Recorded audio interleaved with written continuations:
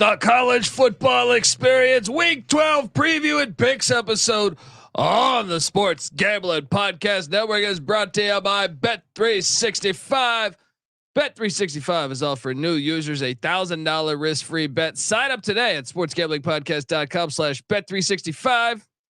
We're also brought to you by Hall of Fame Bets, the sports betting research platform for parlays, player props, and game lines.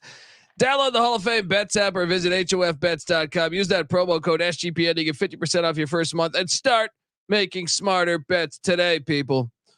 We're also brought to you by Game Time. Game Time has last minute tickets, lowest price guaranteed. Use that promo code CFBX for $20 off your first purchase. And in honor of Veterans Day, everything in the merch store is 10% off with the promo code VETS, VETS. All proceeds from this sale will be donated to Mission 22, a nonprofit serving those who have served. Hey, folks, this is Bud Foster. You're listening to SGPN. Let's let it ride.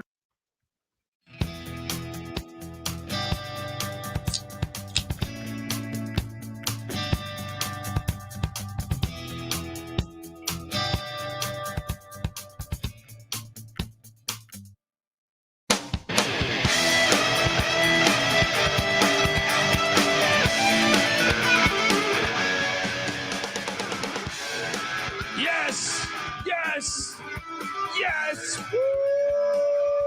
Welcome to the college football experience, week 12 preview and picks. And oh boy, the season gets a lot of fun now and a lot of other subdivisions. But in the FBS, it's Chattanooga, Alabama, North Alabama, Florida State. Don't worry, we'll get to those games. But folks, we got a loaded slate. There are some good football games. Don't panic. We got you covered. If you're wondering who the hell you're listening to, that's fair. My name is Colby Swinging Database Dan, aka Pick Dundee. That's not a pick. This is a pick. He was raised in the land down under, where a man thinks on his feet, speaks with his fists, and lives by his wits. When Dundee happened, he was a superstar. Nobody knows nothing. Somebody knows. Double the price, but no one touches Dundee. Woo-hoo-hoo-hoo-hoo-hoo. Yes, the slate is beautiful. Shout out to the chat. They're rocking along. We got coach hirings, coach firings, D2, D3, NAIA playoffs, starting real playoffs with this crazy idea of if you win your conference, you get to go to the postseason. Unfucking believable what you can do in every other subdivision in life. You know, you can do it in the NFL. You can do it in D2, D3, NAIA, high school. Just not one spot. FBS. Yeah. You can go undefeated 2 years in a row and not snip the playoffs. You got the NCAA rulings. We're going to dive into how they all deserve to be fired, and I hope they have a terrible holidays. I am joined by my co-host. Give it up for former JMU Duke defensive back, the burrito eating, sideline kiss stealing, wheeling and dealing, Patty C in the place to be. Hi-oh. Let's get it going, buddy. Yeah, buddy. Let's get it going. Yeah, man.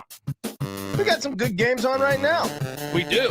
Max Potentially is always impactful incredible, games. right? It's just, I mean, what? It's Old Faithful. Miami, Ohio, sitting there at the one seed in the East. Ohio right behind them, and both of these games are still in play here. Hey, could you imagine if the MAC championship would birth a team in the playoff? But no. Yeah, They want to only hate. dream. They want to hate. We are also joined by third man in the booth. You might have seen him in Chicago at multiple college basketball games last night with 16 cocktails deep. No, I don't know. He did take a video 12 or 13 of a Kentucky Wildcat fan. You have to hold the video straight while the other guy was swinging all over the place. He has a good friend. I swear. Walking across the street. Yeah.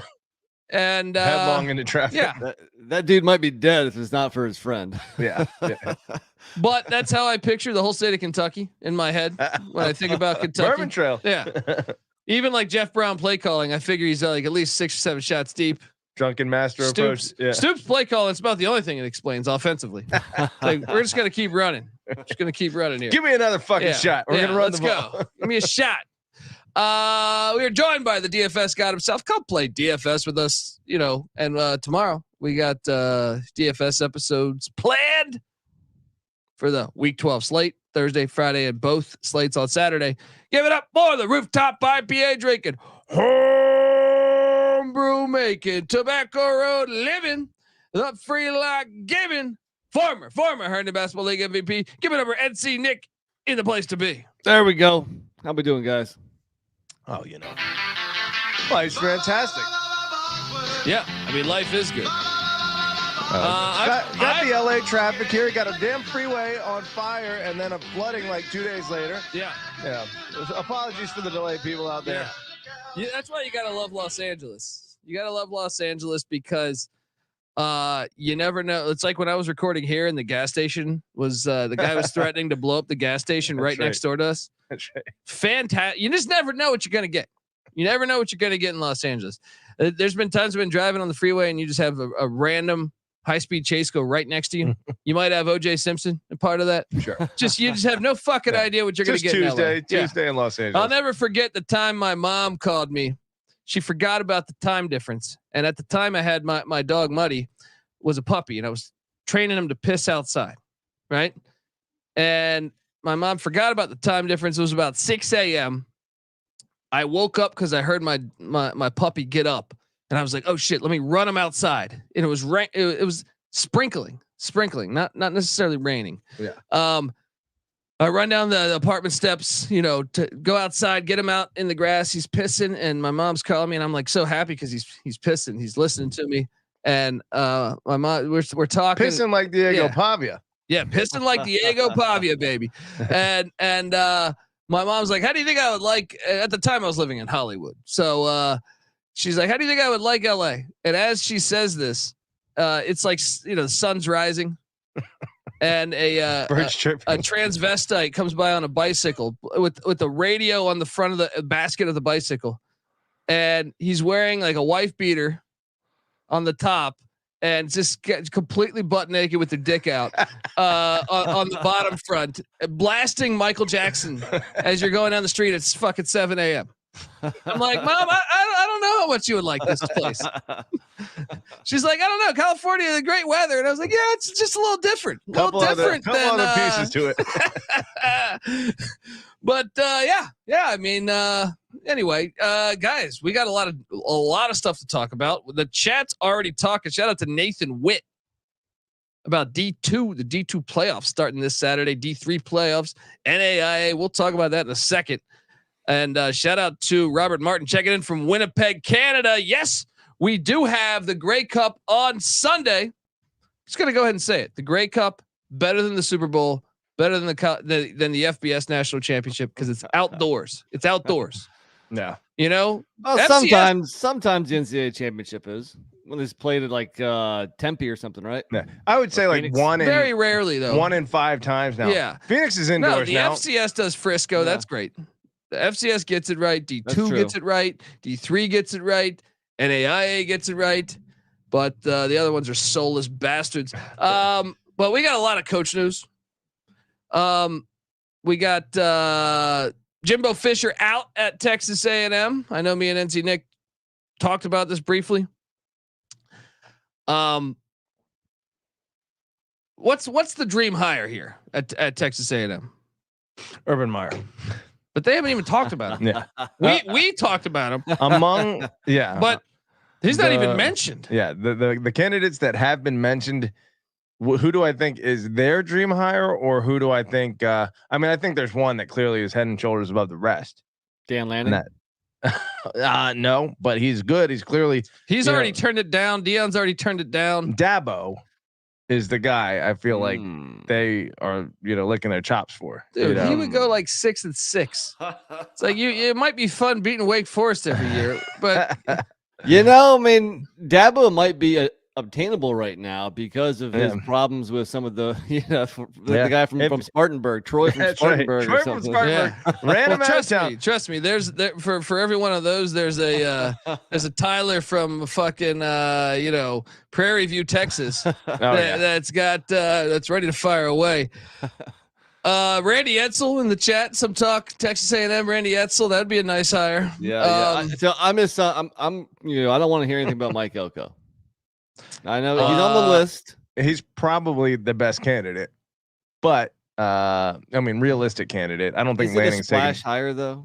I think Texas A&M wants to make a splash hire. Is Elko it is not a a splash hire? No, I think Lane Kiffin is a smart hire, and we know that A&M is not capable of that. Lane Kiffin is the epitome of a splash hire, and I think you're right. That's probably what they would like to see. I also think, what about Lincoln Riley? He's from the state of Texas. Potentially. That's a move down. It's not that hot though right now. It's not that hot. They want a soft team. Well, at least the offense would move the ball. Jimbo. The offense would move. True. Jimbo hasn't won a road game in like 2 years. Really? Yeah. Pathetic. So I'm gonna say one that I know is gonna rankle Colby over here a little bit, but it's been thrown out there. Mike Norvell. No, he's from Texas too. The only reason I say it'll potentially bother you is obviously if the Florida State position opens up, your boy is going to be in there. Did you see his comments? I saw him don't trust any outright comments. deny.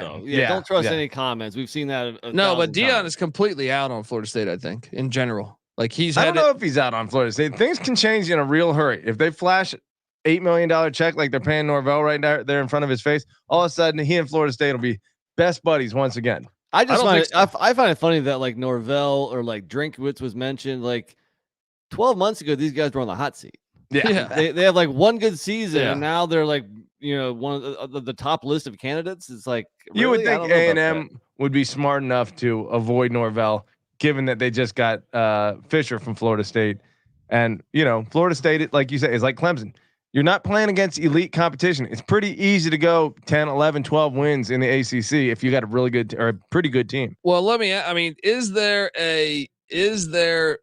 quote unquote a hire that Virginia Tech, Texas A&M, geez, I'm talking Buzz Williams here, but is there a hire out there? Is there a smash hire out there? Because I don't know that there really is right now besides Urban Meyer. I think Urban Meyer would be the one, but they didn't even put Urban Meyer on their list from what people are reporting. It's all Leipold, Kleiman, and I'm hearing like Kleiman might not even want to go. He would be a good hire. I think Dan Lanning would be a very good hire just with his experience. But he's turned it down. I guess he maybe not. We'll wait to see. I think if any of these dudes go to the playoffs, they're out. Because I think A&M probably wants to hire before then.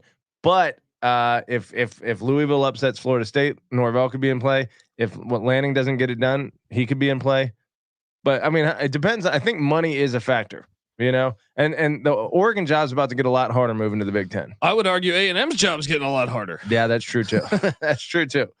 I think the Big Ten, there's more room to come up the ladder, especially if Harbaugh leaves Michigan, which is almost like people are speculating this is like a decent shot of that happening.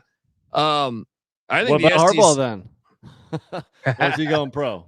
That would be going great. A&M, that would be fucking awesome. Northwestern, that's one. They hired interim head coach David Braun.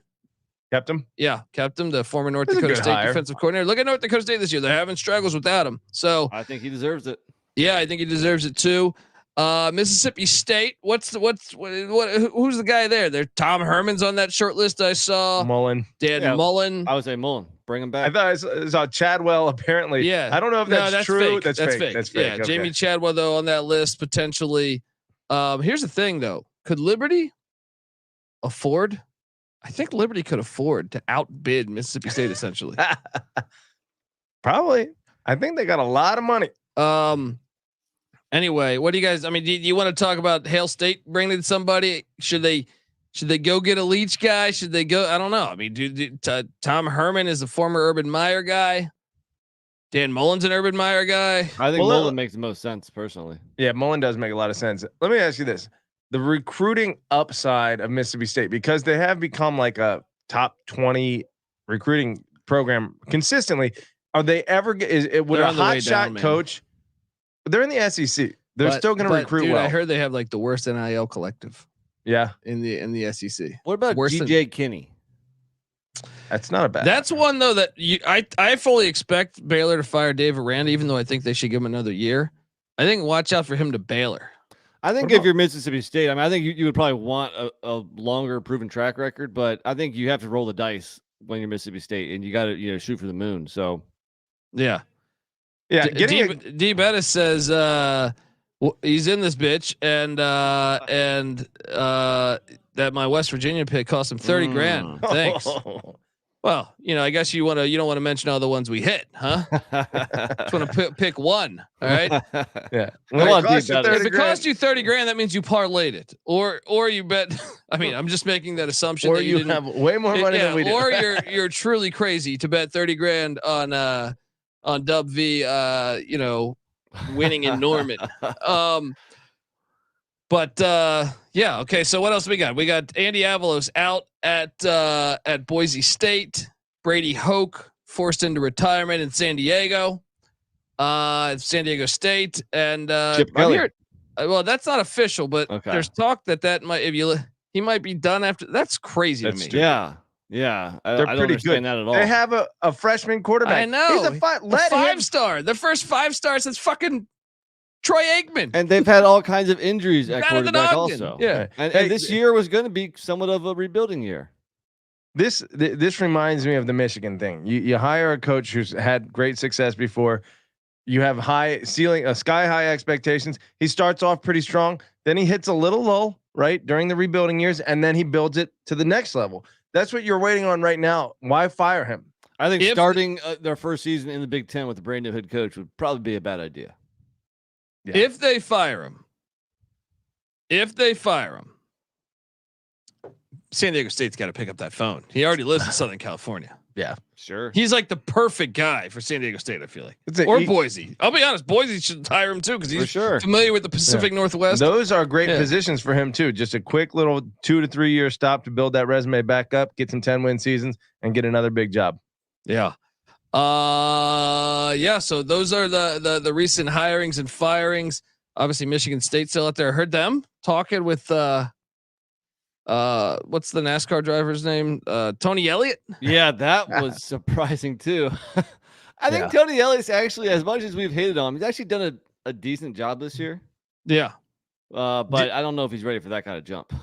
Yeah, that would be a wrap. Especially with like the pressure that Michigan State is like, they want the administration to deliver based on the fact that how bad they've done with the Mel Tucker hiring. That would not deliver. That would not make them happy. Yeah. And when I say he's done pretty well, I mean his team is still 2-8 right now, so yeah, not that good. One of the harder schedules in the FBS, low key. Virginia. Oh, how the tides have turned, because before, when I made that case saying they could go 0-12, I said that schedule's hard. You said that's an easy schedule. I can pull the clip. You can. I didn't expect Boston clip. College to be. They still suck. 6-3 or they still suck. Come on. They win the games. Okay. Not last week. They lost by like 30 to Virginia Tech at home in Chestnut Hill. They're not good, but they're not terrible. What I'm saying is Virginia plays a bunch of teams that aren't terrible. They lose to most of them. Virginia is not good. I'm just saying that schedule is not. When every single team on your schedule except one is a winning team, that's a fucking hard schedule. Okay. Yep. Although William & Mary does suck in the FCS somewhat. I shouldn't say suck. They're not having the type of year people thought. They beat them. Okay. Not by that much. Utah plays 11 Power 5s. Colorado plays 11 Power 5s. It's not a cakewalk. Yeah. Okay, it's not a cakewalk. Anyway, let's get into this. Well, hold on. Let's talk a little. We do have this Saturday the D2 playoffs beginning. Obviously, the final week in the FCS before next week. This Sunday we'll have Selection Sunday, I believe, in the FCS. But D2, you see the 1 seeds there. Tiffin College. I'll give you. Tell me where these schools even are. The Dragons. I have no idea where these schools are. Harding College. Big Tanya Harding fan. Or NC Nick, you're a big Tanya. You were more of a Nancy Kerrigan fan, huh? No, I was all the way Harding and her henchman Jeff Galooly. A big fan of having a henchman in general, especially in the figure skating world. That's where it's needed the most. Yeah, that's one of the most bizarre stories in sports history, right there. There needs to be more henchmen out there. You also have Benedict College. Well, you're Benedict Dantold. Yeah. Also, Colorado School of Mines. They're fucking the ore diggers. You can't. Ore diggers are amazing. What'd you say? the ore diggers. Okay. Yeah. You get a little also offended over here. You also have Valdosta State. Hey, Coach Leach's former school. That's fantastic. There you go. Let's shepherd the Rams. Colorado School of Mines, the birth of the jet sweep. Yeah, according to used Dana car salesman Dana Holgerson. Yeah. Let's do a little championship projection here. Look, I know you think it's going to go chalk because I know you guys are a couple squares. I don't think Tiffin is coming out of that region up top. Okay. I think Andre Reed's alma mater cuts down. All right, is live to knock down. They're going to beat Virginia Union. Let's get through Charles this Oakley's fucking segment as fast as possible. No. Fuck this you. This is why the pod's going to take 2 hours and 45 minutes. Yeah. Because you got Ferris State 10 minutes on D2. Ferris State's taking on Grand Valley State. Both those programs would beat UVA this year if they played. That's my team. Grand Valley State's going to win the whole thing. Woo! Ferris State, haven't they been like a back-to-back national champions? Michigan, right? Yep. You got them going out in the first round. That's right. They're playing Grand Valley in the first round, though. Brian Kelly's old stomping grounds. Yeah. You got Pittsburgh State. I love Pittsburgh State. That's Willie Fritz's alma mater. They're the Gorillas. Great fucking name. Risky. Great fucking Risky. Name. No. There's so many Bulldogs and shit out there. All right. Risky. It's about time. It's about time to have some other fucking names. All right. The Barracuda should be one. There's a lot. There's the fucking porcupines. No one does the porcupines. There's a lot of great shit you can do. I'm glad you're leaving that one alone. No. Okay. No, I believe the Gorillas are good. It's good. What's your projection? Out of that bracket? Yeah, I'm gonna go Ferris. Back-to-back champs. Ferris State, though. They're the Georgia of the Division 2 They didn't ranks. even get the automatic bid, though. That's it. Lock battle, round 1. Me versus Patty C. Grand Valley versus Ferris. Yeah. Doesn't Ferris have the nation's #1 lacrosse player at the quarterback position? Yeah. Former national. That's an athlete. Yeah. All right. No. Want here's to the be play. Chris Hogan? School of Mimes is going to play Valdosta State. Yeah. Or Diggers. Or Diggers. Let's get through this fucking unit. This shut segment, the fuck please. up. This segment's great. Let's go to D3. D3, it's just Mount Union, right? Hold on. I'm going to say this. Texas Permian Basin. Oh, yeah. You know, they got the Friday night lights shining on the Saturday. Falcons. They're the Falcons, buddy. They are a 3 seed. I got Texas Permian Basin winning the whole Division 2. You strike me as a Minnesota State guy. I like Minnesota. It's How they got a couple Minnesota schools there in and how about the Central Missouri Mules? Wait, are we in D3 or D2? No, right? that's D2. Okay. Oh, no, this is D3. D3. I'm sorry. Okay. No, that's D2. I'm sorry. I'm an idiot.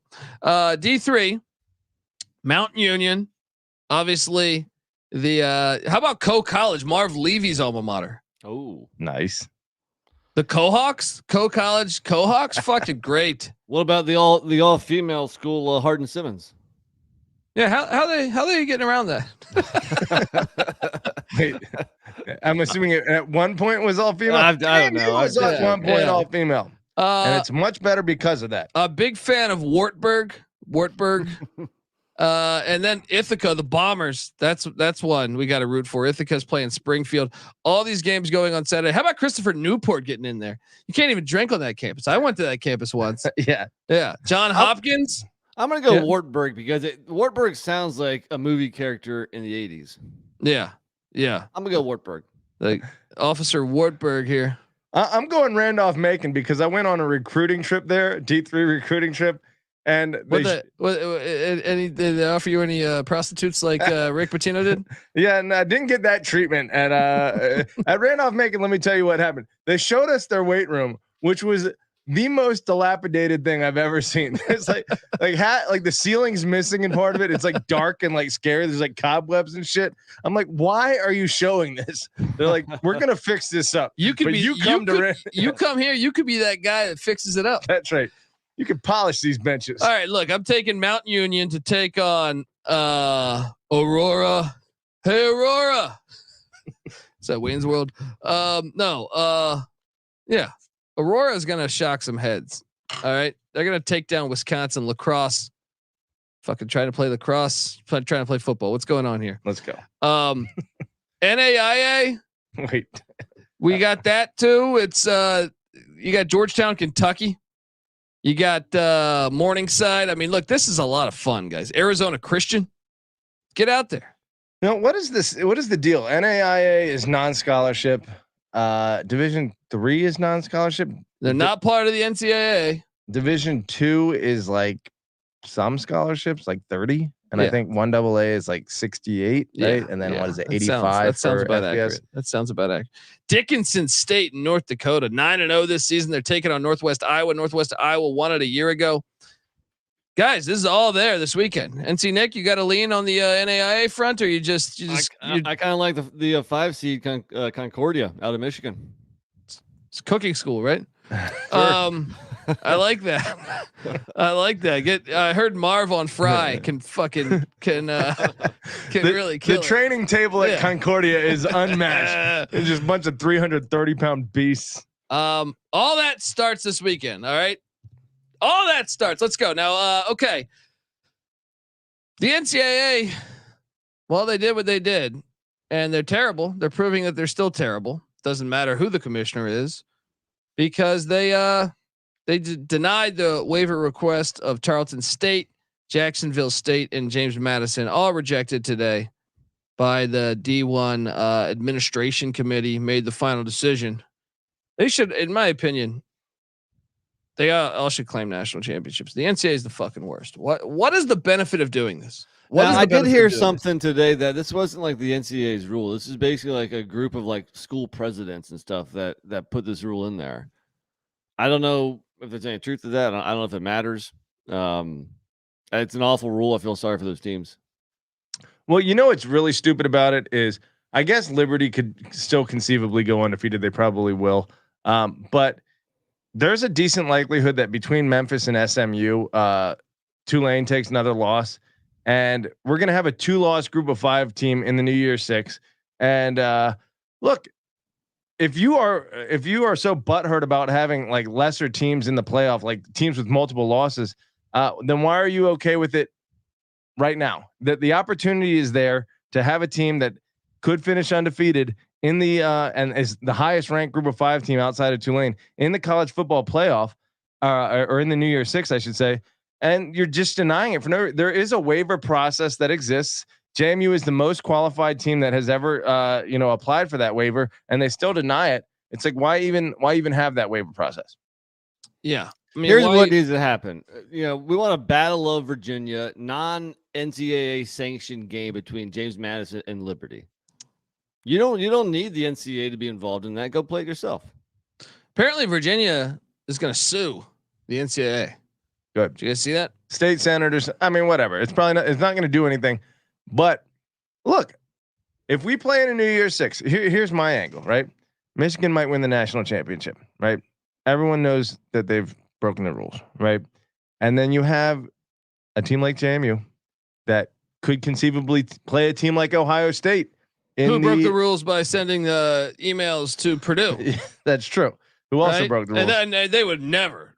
Both those institutions would never have any recruiting. Yeah, violations. No violations, Right? no tattoos, none of that. But should JMU beat Ohio State in, say, the Peach Bowl or the Fiesta Bowl by more than Michigan beat Ohio State in the game? Could we not get some first place votes? Could it not be an interesting end of the season? It's all rigged. It's all bullshit. You're gonna lose to App State this weekend anyway. Okay. Yep, but there is that.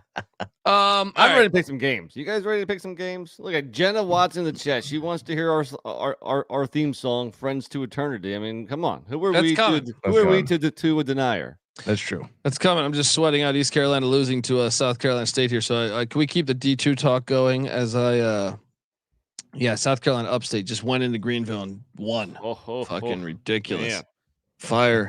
Fire Chris Beard's assistant, Mark Adams. I thought we hired Mark Adams. Play some defense. We need the clip from Days of Thunder where he's like, "You're fired.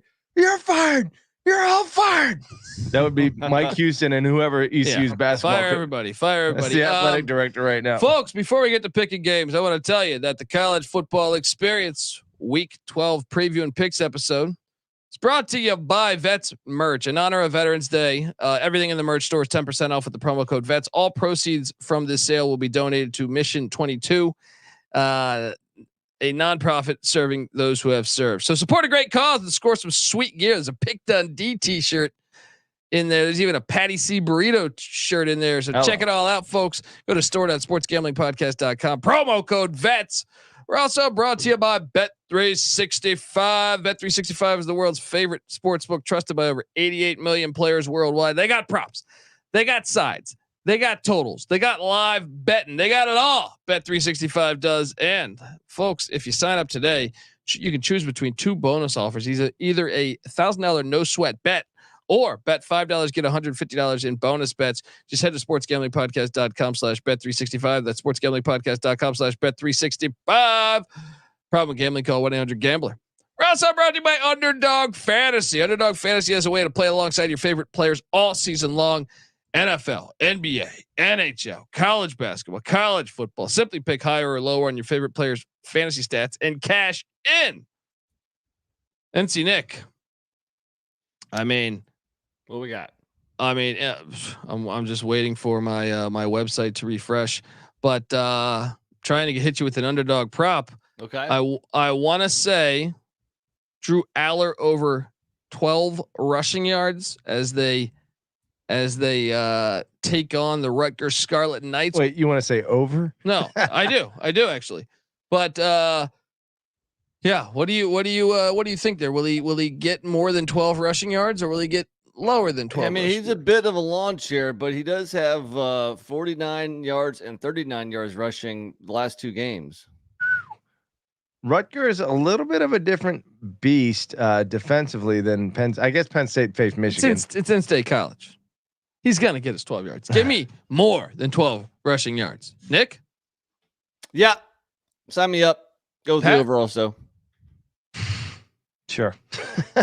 Well, folks, this is what's awesome about Underdog Fantasy is that you won't find this. That is a pretty random prop. No, they have everything. Like every player you can think of. It's fantastic. You got to check it out.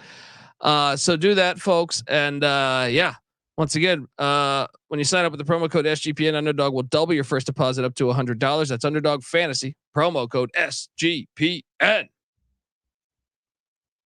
All right, we are back on the College Football Experience, and I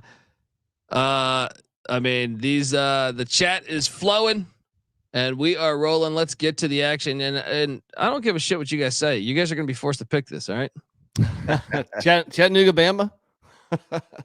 You're going to be forced to pick this is the week where the SEC plays all FCS opponents, unfortunately. Yeah. And the ACC started to do this too, right? Yeah. Some of those ACC schools are starting to learn from those cowards, and even UConn.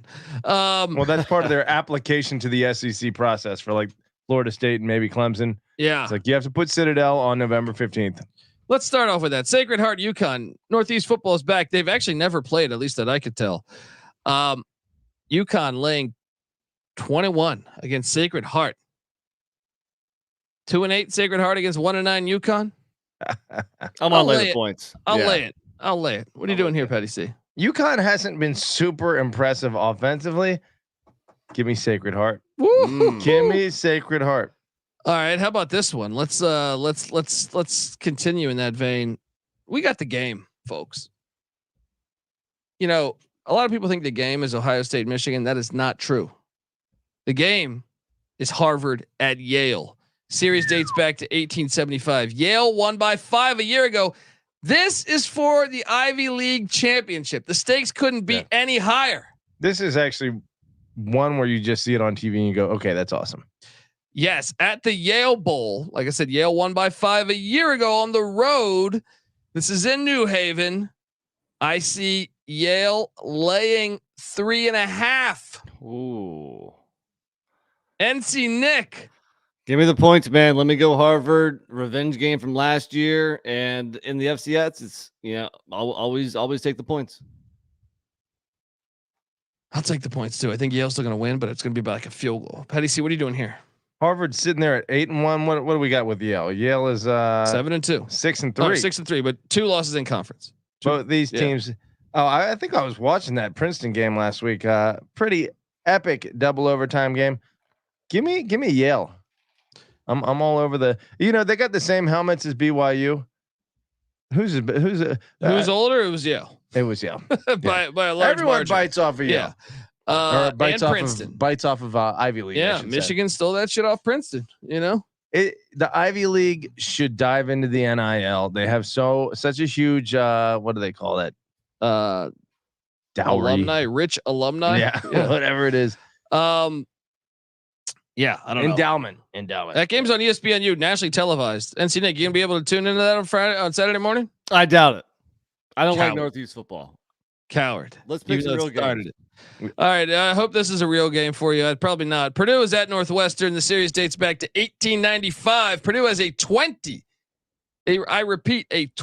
game lead, but Northwestern looking to make a bowl game. Just re-up. Northwestern's a home dog catching 3. Get the fuck out of here. I'm riding Northwestern plus 125 on the money line. Nick? I completely agree. I think we were both on the Northwestern money line at Wisconsin last week. They just locked up that coach on a long-term contract. He's no longer interim. Obviously, the players responded to his coaching this whole season. So I think this gives them an edge to go out here and win another one for them. And one more win for Northwestern also has them bowling. I think they get that done this week. Hell of a recovery from losing Pat Fitzgerald. As much as we wanted to see them, that's who A&M should hire. Pat Fitzgerald. Yeah. Oh, I don't know about that. Let that one cool off for a minute. Look, Purdue may, maybe we're fading them, but they have lost to Iowa, Ohio State, and Michigan in 3 of their last 4 losses. They did just slap Minnesota by 19. I think it's the loss against Nebraska by 17 that's really scary about them. Meanwhile, like you guys have said, Northwestern playing really good ball. I think they go bowling too. I think the wrong team's favored. Wildcats. Let's go with these Wildcats. Anyone gonna lock that up? I don't know. Nah. I feel like Purdue, you just don't know what team is going to show up week to week. I feel like Northwestern's better as a dog this year too. Southern Miss is heading to Stark, Vegas. This series dates back to 1935, and get this: Mississippi State has a 1-game lead. Wow. It's going to be tied after this one. I see an opportunity for Frank Gore Jr.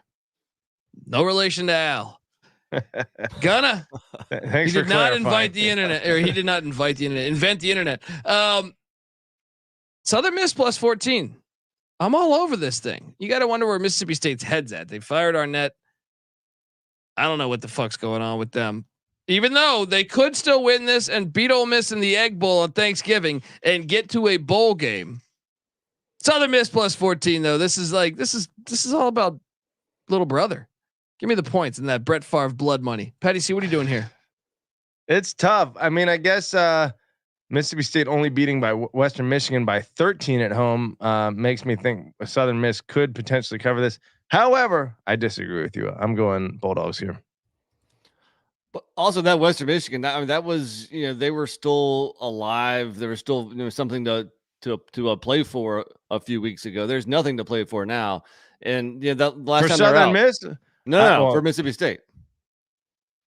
For Mississippi State back then there was still something. So the funny thing is, last week they play A&M, they lose 51-10, and both coaches in that game get fired. Fisher got fired first, which is even more funny because it's like, wait, what? One guy lost by 41. I think come on, let's fire him. They probably had to fire him after that. They fired Fisher. Well, fuck, they just whooped our ass. Just send Arnett out the door. Getting fired after a 41-point win has got to be a new development. Well, Avalos got fired after a 28-point win. So it's a trend. But yeah, let's have some fun. Let's roll with the Sun Belt team to cover here. Let's go to Southern Miss. Let's go. I like what you guys are doing there. Next up, I'm going back. I'm making you guys pick these. Oh, jeez. This is the rivalry, the oldest college football rivalry, 159 straight years. Lafayette at Lehigh. Are you kidding me? That's a long rivalry. 159 straight years, NC Nick, and he's going to disrespect Northeast football? Fucking Carolina. I honestly know nothing about either of these teams. Well, Lafayette, get this. Lafayette wins, they're in the FCS playoffs. They lose, they need Georgetown to beat Holy Cross, and then they're in. But if they win, they're in. What about Lehigh? Lehigh's just a 2-win team. Lehigh playing. Spoiler, what's our spread there? Do we have one? I'm seeing right now Lafayette laying 13. Taking the points. Let's go Lehigh. In honor of Sean Green. Bethlehem, Pennsylvania. In honor of Sean Green, we're going Lehigh. I think he tells a great story that he said he saw his dad saw what's it called? Jerry Garcia. Grateful Dead, and he vomited on the fucking on the field somewhere. Anyway, Jerry Garcia vomited on the field. No, I think his dad. His dad couldn't deal with old Jerry Garcia. It was the 70s. Yeah. It was the 70s. I think that was a standard move in the 70s. Oh, vomit on the field. Yeah, I mean, vomit everywhere. If you didn't vomit during a concert during the 70s, you weren't having enough fun. NC Nick probably not going to see. He hates on Northeast football, but that's fucking awesome. Louisville. We watched that game during 2020 and during the spring. Yeah, that was pretty fucking awesome. Yeah, it's a great rivalry. Don't get to watch those games that often, but when the fans are that lit, even in a small stadium, you can tell how much the players care. Good to watch. Louisville at Army. This series goes back to 1933. The Schnellenberger Bowl. Louisville at Miami. What did I say? At Army. Did I say Army? Yeah. I don't know. You did. Louisville at Miami. Jesus, what's happening to me? Maybe I need to vomit. Louisville at Miami. The series dates back to 1933. The Schnellenberger Bowl. Miami has an 8-game lead. They play for his boots. I retweeted this. This is a brand new trophy starting this year. It should have been his pipe. It should have been his pipe. Come on, you can correct this. Yeah. It's in year one. Change the trophy. The pipe was the most iconic thing about him. Yeah. I agree. Yeah. But that's tobacco. You know. Oh, God. Here we go. But you can name yourself the Hurricane, even though it murders fucking thousands of people every fucking year. Sure. Okay. Louisville is currently catching a point. So Miami favored by 1. Tyler Van Dyke had some great comments saying, because they lost their so-called starting quarterback. So Van Dyke's back starting. Williams. Yeah. And he said, football, I'm not going to rack my brain with football. Football is not my happiness. I'll take Louisville, guys. What are you doing here at Miami? Who will have more fans in this game? Louisville. I think so too. And they win, they go to the ACC championship. And Van Dyke is the new Graham Mertz. Whenever you go out and trademark yourself as Van Dimes before the season starts, bad things are coming your way. I'm going to go Louisville also. Right now they're 1 game up in the conference standings. There's a 3-way tie at 4-2 beneath them. They win this game, they're in the ACC championship. Easy as that. And you guys know, I already cashed my my over. Hello. That whiskey went down the wrong pipe. Look, this does it stink a little bit to you guys, or are we just expecting that Louisville is not that good of a team? I think the fact they played Virginia so close, I think everyone's sleeping on them. Yeah. Should we not forget though that they dominated Virginia Tech the week before, dominated Duke the week before that? Look, they laid a clunker against Pitt after they beat Notre Dame. They probably and they still outgained Pitt by more than double. So back to your Cincinnati logic. Lock Louisville. Louisville on the road this year, they have not been great. This is only their third. Is this road the game. road though? Uh-huh. I mean, well, This is a real away game. Oh, Well, here's the other thing. Pitt is that a real away game? I think it's a little bit more than Miami. I think Miami just played their Super Bowl. And remember that Pitt game was raining the whole game. Yeah. Now that can happen in Miami. This is a lock. If I'm just trusting the quality of these two teams, and even like you're saying, like I don't expect Miami's fans to really show up. I don't think it's going to be a hostile environment. I think Louisville, even if it takes them a couple quarters to get it in gear, they're going to pull away, lock it. Kind of sad that they only have 3 real away games, and 2 of them are at Pitt and Miami. Well, that was my handicap. That was part of that. Yeah, and Georgia Tech made a deal with the devil with that filthy Mercedes-Benz. They're doing that every year. Right. Fucking idiots. Anyway, okay. Moving along. Coastal Carolina heads the Army. This is probably why I said Army. This is the second all-time meeting. Coastal won a season ago. Revenge spot in West Point. Coastal's laying 4. Big Bird still injured, right? Yes. CBS Sports. Big Bird just punted on his career. And what was he? 3-time Sun Belt Player of the Year? Yeah. Prior to this year. This is at Mikey Stadium. Randy Cross always says best college football environment. Gets a lot of hype. I definitely have to visit it at some point. I will take the points. Coastal was going to win, but Army covers. NC Nick? I think we've been sleeping on how good of a job Tim Beck is doing down in Conway. They've won the last 5 in a row with 3 different starting quarterbacks because obviously Big Bird goes down with an injury. Jarrett Guest steps in and they beat Marshall. He goes down with an injury. True freshman Ethan Vasco steps in and then they beat ODU and Texas State. So, I mean, regardless of who's playing quarterback, Coastal Carolina is hot right now. I'm going to ride the Chanticleers. Yeah, I got to agree with you guys. Coming out that bye, I mean, obviously, like you said, early season. Not at all concerned that it's raining all day on Saturday? Nah, whatever. Plays to Army's high favorite. of a 52 degrees there. Come on. I don't pay attention to weather on Wednesday. Well, you better pay attention to weather on Saturday because unless there's like a hurricane or something that's coming through.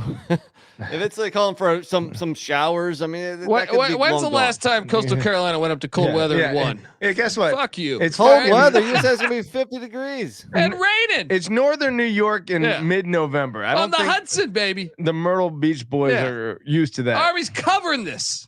Tim Beck's gonna be wishing. I disagree. It's 13 and a half. No, 4. What the fuck? Why am I? The fuck is 13 and a half on one Army. Yeah. Yeah. No. 4. What am I looking at? Meanwhile, when Patty C quotes the line, this is everyone else's reaction. The fuck is that? I thought I just heard you say that. I wasn't looking at it. No. Coastal Carolina easily covers 4 against Army. Oh. They're playing great ball right now. Tulane is heading to Florida Atlantic. Tom Herman could be Mississippi State's next head coach by the time this is announced. Or by the time this game is going on, I should say. Look, this series dates back to 2013. Florida Atlantic leads the all-time series 1-0. Revenge on the mind for Willie Fritz as he's laying 9.5. Get the fuck out of here with this 9.5.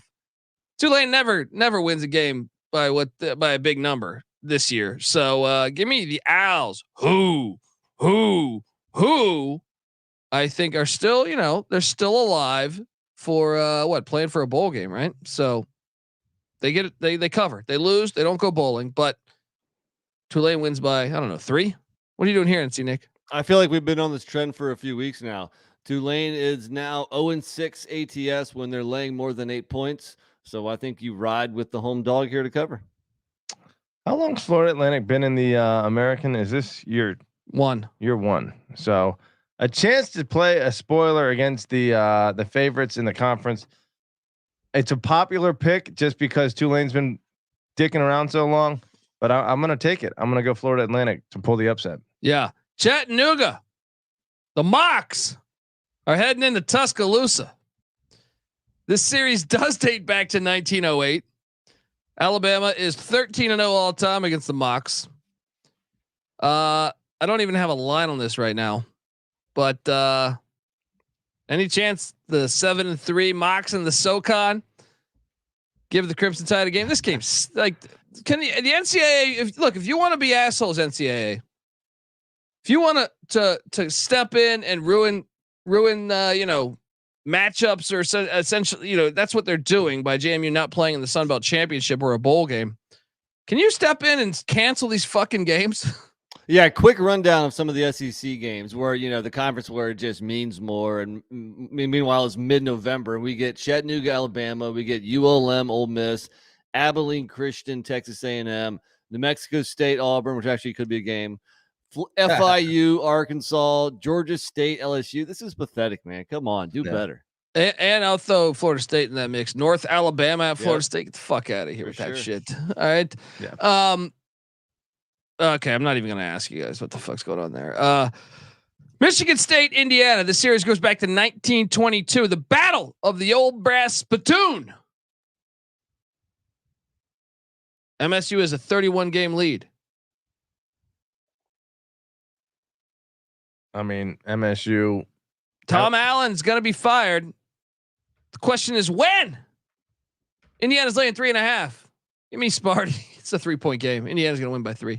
NC Nick, what are you doing here? I think the Hoosiers have actually had signs of life here recently. I mean, overtime at the Illini. The week before that, they beat. We lost them. NC Nick, we lost. Beat Wisconsin. Yeah, beat Wisconsin. I think he said. He's back. Yeah, He's back. okay. You broke up there. Yeah, I'm locking up Indiana. Okay, let me cut it short. It's Bobby Knight. They're playing better football for the last month or two. I know. I locked up the Hoosiers to beat Wisconsin on the money line. That happened 2 weeks ago. But NC Nick's going back to the well. Indiana minus 3.5 against Sparty in Bloomington. The Michigan Wolverines are a little hard to predict. Sorry, though. No one should really care about this game. We should skip by it as fast as possible. I will say that in back-to-back weeks, though, both teams had a common opponent in Rutgers, and Sparty fared far better. But I do think the hook is a little bit scary in this game, but I'm still going to take Indiana to cover 3.5. Is Tom Allen fired by next week? No, depends on what happens in this game, maybe. I think he's fired regardless because they're going to want to get a leg up on hiring. Indiana, I feel like in basketball maybe that would happen. In football, they'll let him ride out the end of the contract. It's a brand new day and age. Probably, wait for his incentives and his buyout to die down like in mid-December or whenever it is, and then fire. If I know Indiana football. Michigan is at Maryland. Maryland is getting 19 points currently. The series dates back to 85. Maryland's one win was the first year in the Big Ten. This is the stupidest line of the day. It was just a 7-point game last year. That was the closest Maryland had played him since that one win. I'm locking up Michigan. Me too. Yeah, minus the This 19. is for win number 1,000. Yeah. This is 150 years of football in the making to get to win number 1,000. Michigan's going to come out and throttle Maryland. And they're America's Triple lock. team. Triple lock? Lock. There we go. Play the there music. we go. You know what's funny is supposedly this line has moved down a little bit. Apparently it opened to like 21 and people are betting on Maryland to cover this. Idiots. Michigan minus 19. The Oklahoma Sooners. Why is this a 9 a.m. kick? Are heading into Provo. So Oklahoma's 2-0 all time against BYU, but they've never played in Provo. Who does that benefit? A 9 a.m. Pacific kick. I think it benefits Oklahoma. 10 o'clock Mountain Time. Dude, BYU at night is a tough place to win. It is, although getting up soak. first thing in the morning to a hostage. Yeah, they've been soaking all night. They've been soaking all night. That's part of our weekly analysis on BYU. The last time they played was 2009. BYU won 4. Wait, this can't be right. No. So anyway, the series dates back to 94. Oklahoma is 2-0 all time. They won 14-13 in 09, I think is what the thing's trying to say, but never played in Provo. 24.5 points. Keaton Slovis didn't play the past 2 games. He is questionable. I think he plays for this one. I think they beat Oklahoma on the money line. Ooh. I will ride plus 1,200. See the gap, but see, as much as I hate Slovis, they're undefeated at home with Slovis. the gap between Slovis and the backup is gigantic. Yeah. So that's why Iowa State dominated them, is they couldn't get a first down. Well, if he plays, he's got to play. I think that's a giant caveat to take. He was questionable last week. Yeah, you would think he's going to be playing this week, even though he's questionable. Well, I mean, here's what you do: you just wait until you have some clarity. Wait until Friday, Saturday morning, and if you hear that, you ride BYU. You take the 24.5 right now, because that line will go down if he's going to play. It's going to be like 17 probably if he plays. Dundee is doubling down. D bet. Are you locking? I am locking it. Well, let's have a little lock battle. Play that music because I think you're silly.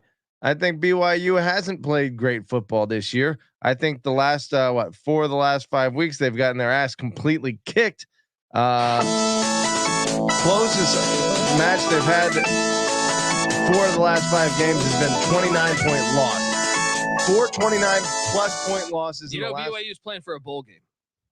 Oklahoma's playing for a Big 12 championship. They're not going. You still think they're fucking good? They beat West Virginia by 40 last week. In Norman, they're good. Right now, there's a 4-way tie at 5-2 in conference play in the Big 12. Oklahoma's one of those 4 teams. Yeah, they have a 5-point loss at Kansas and a 3-point loss the next week at Oklahoma Main State. Thing is at. All right, what's the other at? Attaboy. The at I'm talking about is against 2 winning teams. Every time they've gone on the road, BYU sitting 5-5. I guess they're decent still. They were undefeated at home until last week, and they didn't have their quarterback last week. What the fuck are you talking about here? This is a lock. You're gonna lose money. I'm on 24. I'm taking the points, but I'm gonna sit this battle out. It's a lot of points, but here's the thing: BYU doesn't have the horses to, and like it's Oklahoma. It's like Tennessee, obviously, similar offensive system. And when how did that do in Columbia last week? Tennessee, 7 points. Well, what I'm saying is, BYU is more similar to Connecticut than they are to Missouri. They're not very good, BYU, this year. They have Slovis. And Tennessee opened it up on UConn. Granted, that's not a great comparison at all, BYU and Connecticut. But either way, when that team has your number, it's a track meet for them, and they just continue to exploit you. And that's what Oklahoma is going to do against BYU. Here's the truth. The truth is this: Oklahoma's gimmick offense will not work. All right. They're going to altitude. It's also, they're calling for rain or storms all day. It's a high of 50 degrees at crazy altitude. Guess what Jeff Lebby tries to do? He tries to play incredibly fast. Guess what happens when you go in fucking crazy altitude? You can't go incredibly fast because you're fucking tired. And your lungs bleed. BYU is the play. All right.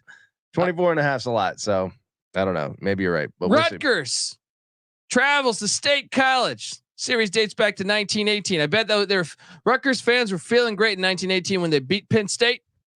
Ever since then, they've won once. All right. And that was 1988. Penn State's got a 29 game lead. Rutgers is catching 20.5. Penn State fired their offense coordinator, said, get out of town. I will lay the 20. Yeah, I'm laying it. Franklin knows they got to get up. I'm laying it. What are you doing here? What do they got to get up for? Their season is over. It was over as of last week. No. He's got a lot to get up for because a 10-win season in his contract means more money. Sure, but I think that his players probably assume they're going to beat Rutgers, and it's a safe assumption because Rutgers can't score a single point.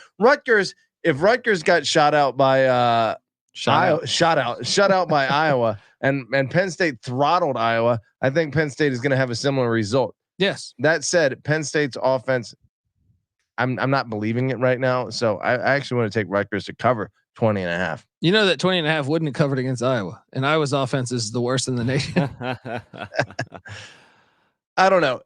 Second into a back-to-back away. What nugget here that sells you on Rutgers? Penn State. How about this one? The fact that Rutgers is way better, and these are 2 of the top 3 defensive teams in the nation. Rutgers is better. They're top 10, I think. Let me double check that. Rutgers has only given up more than 30 points this season twice. Michigan put up 31. Ohio State put up 35.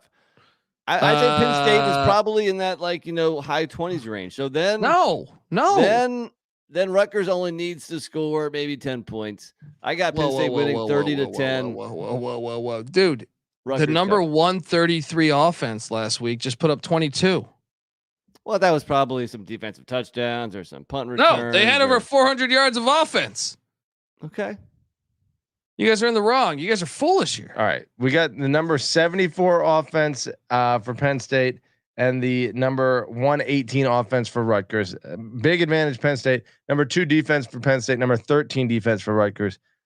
I don't know that that's second end of a back-to-back away. They just went to Iowa City. This is a foolish play. What does history I'm say? locking this. Wait, history says Penn State dominates. I am Rutgers, locking right? this. I am locking Penn State minus 20.5. The more I think about it, the more this is going to be like a 45-3 game. You said it yourself. You're going to lay 20 points with the team that just fired their offensive coordinator. That's why.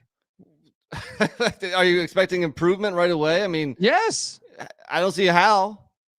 Buddy, they fuck up all these shitty anyone not named Ohio State or Michigan, they fuck up. Well, right? What about Indiana? Okay, there's one. Indiana's offense much better than Rutgers, by the way. Okay, so Iowa beat them by 22. That's in Penn State's favor. But Ohio State only beat them by 19. Beat who? Rutgers. Michigan only beat them by 24. This is all stupid though because it's at Penn State. You know what I mean? Like it was at Michigan. But was it a second end of a back-to-back away? Like that's what I'm saying. Like everything is stacked against Rutgers right now. It's going to be. I think the spread is actually probably pretty accurate. No, this is a lot. The other thing too, like what does Penn State have to play for now? That's what I'm saying. They're going to plan for a big time bowl game. Wouldn't Shiano? Hey, if Shiano pulled this upset outright, would Franklin get fired? No, because they just extended him last year. They don't have the. I don't think they would spend. They don't have A&M money just sitting there. You know what I mean? They're a state institution. All right. There was no big oil finds in State College, PA. Speaking of A&M, they play Abilene Christian. It's the third time they're meeting. I don't have a line. There's none of these lines are out yet. ULM is traveling to Oxford, Mississippi. The series dates back to 2002. Ole Miss is 4-0 all time. Never faded Bowden in a big game. ULM's catching 37.5. Patty C. You tell me where to go on this one, buddy. Lane Kiffin just got embarrassed. I'm sure he's gonna want to run up the score on a lesser opponent in Oxford. Give me Ole Miss. I agree exactly. This is like a 55-6 type game or something. You don't think distractions? Kiffin's got his head out the door. He's always got his head halfway out the door. Yeah. You're probably right. I'll lay it, but I don't feel good about it. The East Carolina Pirates are heading into Annapolis, Maryland, where Navy's always fucked up ECU. Navy's got the Scotty Montgomery scores were so embarrassing. Like they're one of the most like when I'm on my deathbed, I think a lot of people think they remember their family when they met their, I'm going to remember just getting fucking sliced and diced. I think they scored 70 on ECU one year. 66-31. That's what you're thinking of. No, but in 2010, 76-35. That's what I'm saying. They have just fucked up East Carolina, which is why I got to take ECU because they are due for it. Money line plays.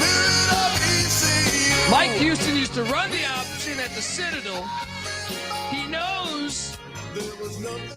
He knows essentially, because I understand how the bastard thinks. Navy sitting there at number 11 nationally in rush offense, although ECU number 27 nationally in rush defense. Maybe they are well prepared to stop this Navy rushing attack. They haven't been before. I'm going to go with history. I'm taking Navy to cover this. Oh, I mean, there's been some blowouts, but the last 3 years, it's been a close game every year. You have a 3-point game, a 3-point game, a 4-point game. That's Houston's. Last year, ECU's kicker missed 7 field goals to win this game. It was one of the more frustrating fucking things. I can still hear the pain in your voice. God, what's going on here, man?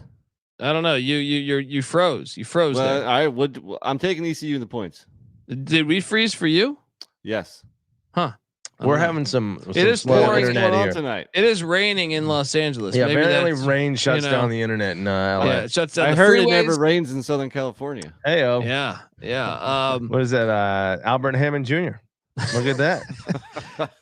I'm a big fan of Albert Hainsworth Jr. If you want to talk about Albert, he'd step on a guy's throat. You know what I mean? I'm going to take you to a lock. Call this. You guys should follow me. I'm just going to go ahead and say this one here. Follow me if you're smart. I would like to hear that song again.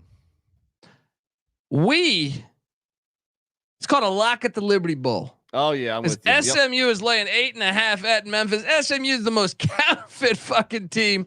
They have yet to beat a team with a winning record. Finally, they play one. And guess what? I'm covering the 8.5. Sprinkle some on the money line. Memphis is actually a better football team. I think they're better. They're a better coach, I believe. As soon as I saw this line, I was all over Memphis also. Yeah, I'm with lock you. it Double lock. up. Patty C, make a triple lock. No, I will not. Right. I think you guys are sleeping on Memphis or SMU's offensive output this season. What win is the most convincing to you? Was it the Temple without DJ Warner? I think to me the most impressive thing is what win was the best one? The Charlotte one? The 69-10 win over Tulsa a couple weeks ago. I don't know, 45-21 against Memphis, who's pretty good. Memphis? What do you mean? Sorry, North North Texas rather. They're not pretty good. They're horrible. They're all right. What? What is North Texas? 3-7. They're getting better. They have a good offense. They try hard. I don't know. This offense is super explosive. I do want to find where they stand in the overall offensive ranks. I think you're kind of sleeping on the schedule ranks. I can tell you they're definitely easiest schedule in the nation. Number 10 offense in the country. Easiest schedule in the nation. Easiest schedule in the fucking nation. This is an unbelievable schedule. It is 8.5 on the road. I'll take Memphis, but I won't lock it. Oh, you're crazy. You're crazy. Wonder. That is a lock. That is all right. So UMass is heading to the Flaming Libs. I have a strong feeling Liberty's going to go 12-0. But Liberty is piping mad right now about the disrespect. A, the attention JMU is getting, and B, the disrespect they're getting. They're not even. Are they? What are they? 25 in the AP top 25, or are they even 20, ranked? I think 25 in one of them. Coaches maybe.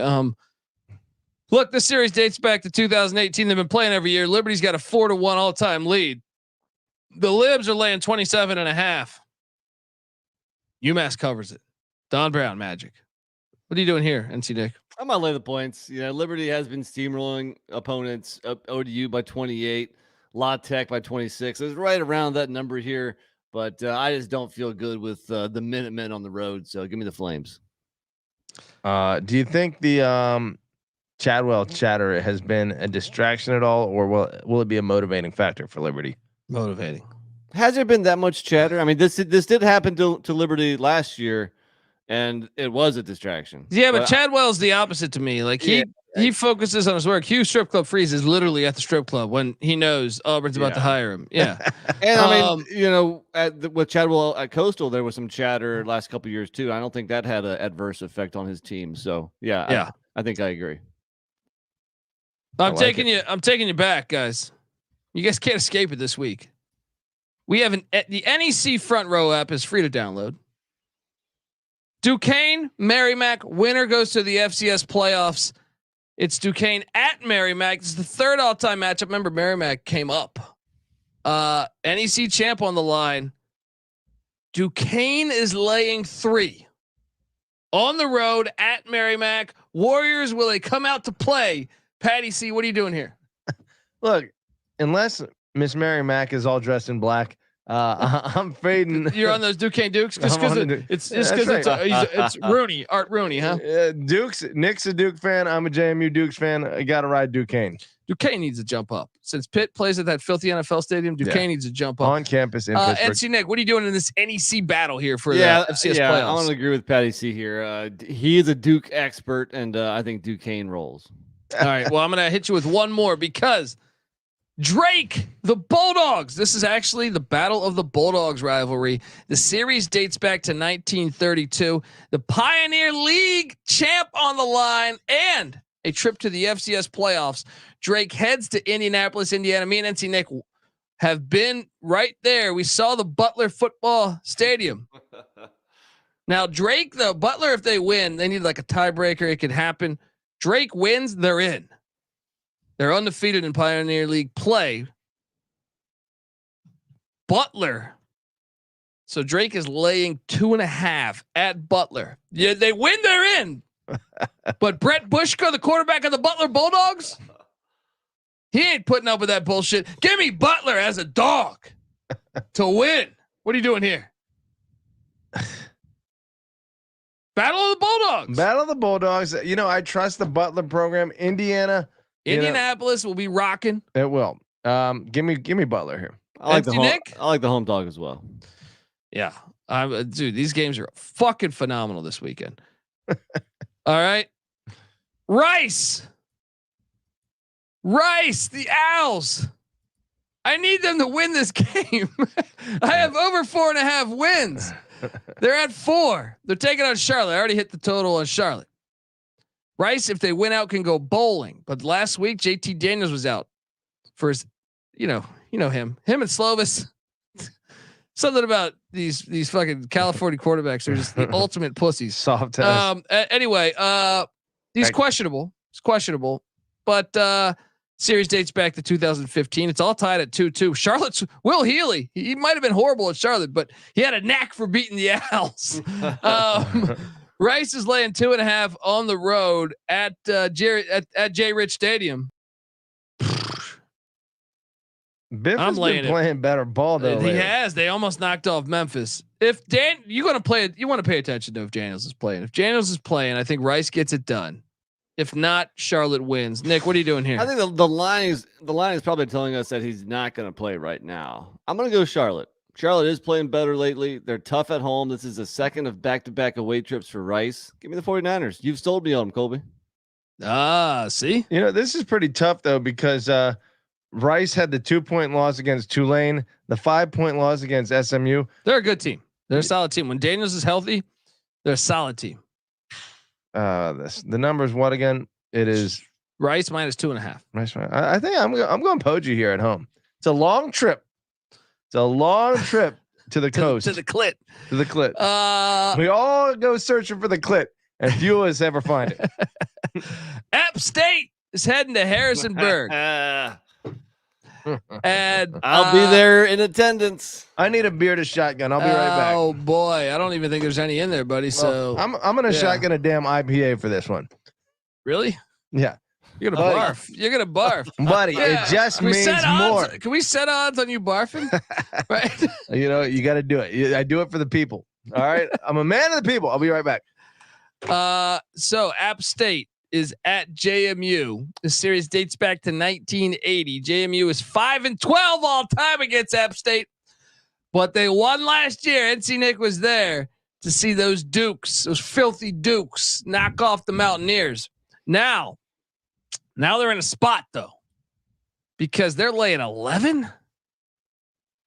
Actually, no, I see it down to 10. It was 11 yesterday. I'm seeing it flat 10 right now. Moving down now. I've also seen it at 9. So if you were on App, hopefully you got it, north of 10. But App is playing better lately. 3 wins in a row. Oh man, the internet Chippy choppy. Up. Internet keeps fucking up. Yeah, he can talk about App playing better all he wants. Let me step in for you, Nick. Okay, dude, you're back. What is the deal tonight, dude? Well, they don't want to hear you hyping up App State when JMU's the main attraction. But anyway, go ahead. No, I'm on App State. Let's go. I'm locking it. I want to hear your points about this. I'm locking it. College game days in town. I want to hear your argument. That is why. App State, you saw what happened last time College game day was in town. They stormed that whole city. They get up for big games. Wait, whether do. Where was College game day? Last year they went to Boone. App State knocked off Troy Hail Mary. Hey. Right? They have a knack for getting up for the big games, whether it's Penn State, whether it's A&M, whether it's Tennessee, whether it's Wake Forest, whether it's South Carolina. They get up. And they've been hot lately. 3 straight double-digit wins. Sprinkle the money line. Nobody's talking App State. This is the one that fucks up their whole season. Well, this is the one. Let me tell you what should have registered on their radar as a big game last year. Divisional opponent JMU, right? Who should have been in the conference championship last game, but was denied by this stupid fucking waiver, right? Did they get up for that one? No, they shit the bed in the second half, and JMU came back and beat them in Boone. That was after the Troy game. So you're telling me it's a revenge game now. You got an excuse for everything, and you got an angle for everything. Teams that host College game day are 2-10 ATS. Let me tell you roughly. what. The Jonas Brothers are in town, right? It's gonna be rocking in Harrisonburg. A lot of drunk people are gonna be there, and the players have a lot of skirts. A lot of drunk chase. people. Are you talking about NC Nick? He's gonna be at this game. Hello, that is freaking awesome. I'm very jealous. But look, no, it's scary. App State's a good team, and they have been playing better.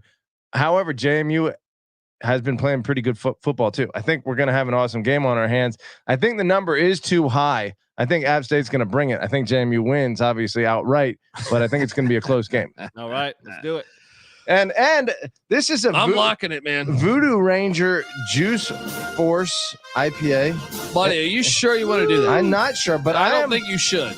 You don't think I should, but let me tell you what about you. Voice of reason over here. That's what makes you a flaming pirate of ECU, and this is what makes me a Duke of JMU. If I could get this thing figured out, and look, it just means more in Harrisonburg, Virginia. So you guys keep talking while I punish my soul here. I want to say the Voodoo Ranger is like a double IPA too. It's not. Yeah, this is like.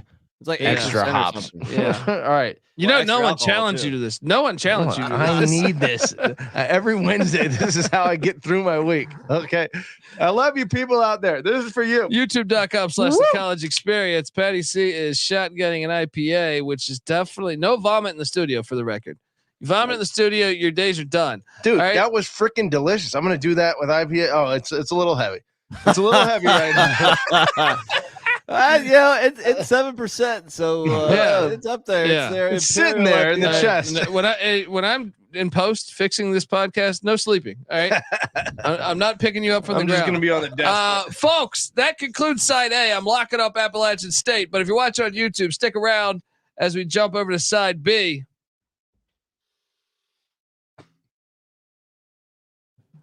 All right, we are back on the college football experience. B side, go listen to the A side. We went all the way up to pretty much 11 a.m. kick Pacific time. So we just got done wrapping App State. James Madison. Next up, UTEP. Heading to Murfreesboro to Johnny Red Floyd Stadium. The series goes back to 2013. Middle Tennessee is 4-1 all time. Stockstill gets it done against UTEP. That's why I'm going to lay the 7.5 against this shitty UTEP team. NC Nick, we know you love UTEP. What are you doing with your Miners here? My first reaction was to take the points just because both teams are 3-7. But I think you're right. I think, last time out, Middle Tennessee State whipped FIU. UTEP is coming off of a bye. I don't know if that helps them or hurts them at this point. I think I'm going to switch and lay the 7.5 and ride the Blue Raiders here. Patty C? I'm all over the Blue Raiders. They have kept up with both of the conference championship contenders within a touchdown the last two. Aside from obviously whooping FIU last week by 35, New Mexico State they lost by 7 on the road, and Liberty they lost by 7 on the road or 6 on the road against New Mexico State. So they're playing good football. Middle Tennessee, I think, easily covers this. All right, let's jump over the Battle of the Blue. Yes. What if I told you? First off, this series goes back to 1895, and first place in the CAA is on the line. Villanova heading to Delaware. Rich Gannon against Howie Long. You know what happened in the 80s. It's going to happen again on Saturday. Wait, the CAA is no longer the Colonial. What is it now? Yeah, they're calling it the Coastal Athletic. No, it's the Colonial here on this show. That's right. The Colonial Athletic Conference. Delaware laying 3. NC Nick, are the Blue Hens going to take down Bryant Westbrook's alma mater? Or it's hard to fade the Blue Hens here. I'm on Delaware. I am too. Patty? I'm going to disagree with you guys. Villanova was the thorn in our side several times at the FCS great level. Great program. Both of them great programs. Wildcats.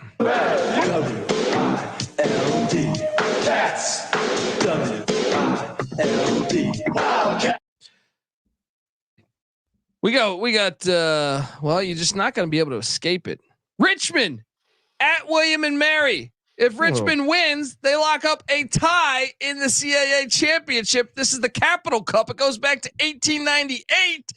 And get this, the series is dead even, 64-5 all time. Holy shit. Richmond heading into Williamsburg, Virginia. This is actually could be a pretty cool rivalry, dude. If Richmond wins this, they get a share of the CAA championship. William & Mary is a 3-point favorite, though. What are you doing here, Patty? Where's the game being played? Harrison or Williamsburg?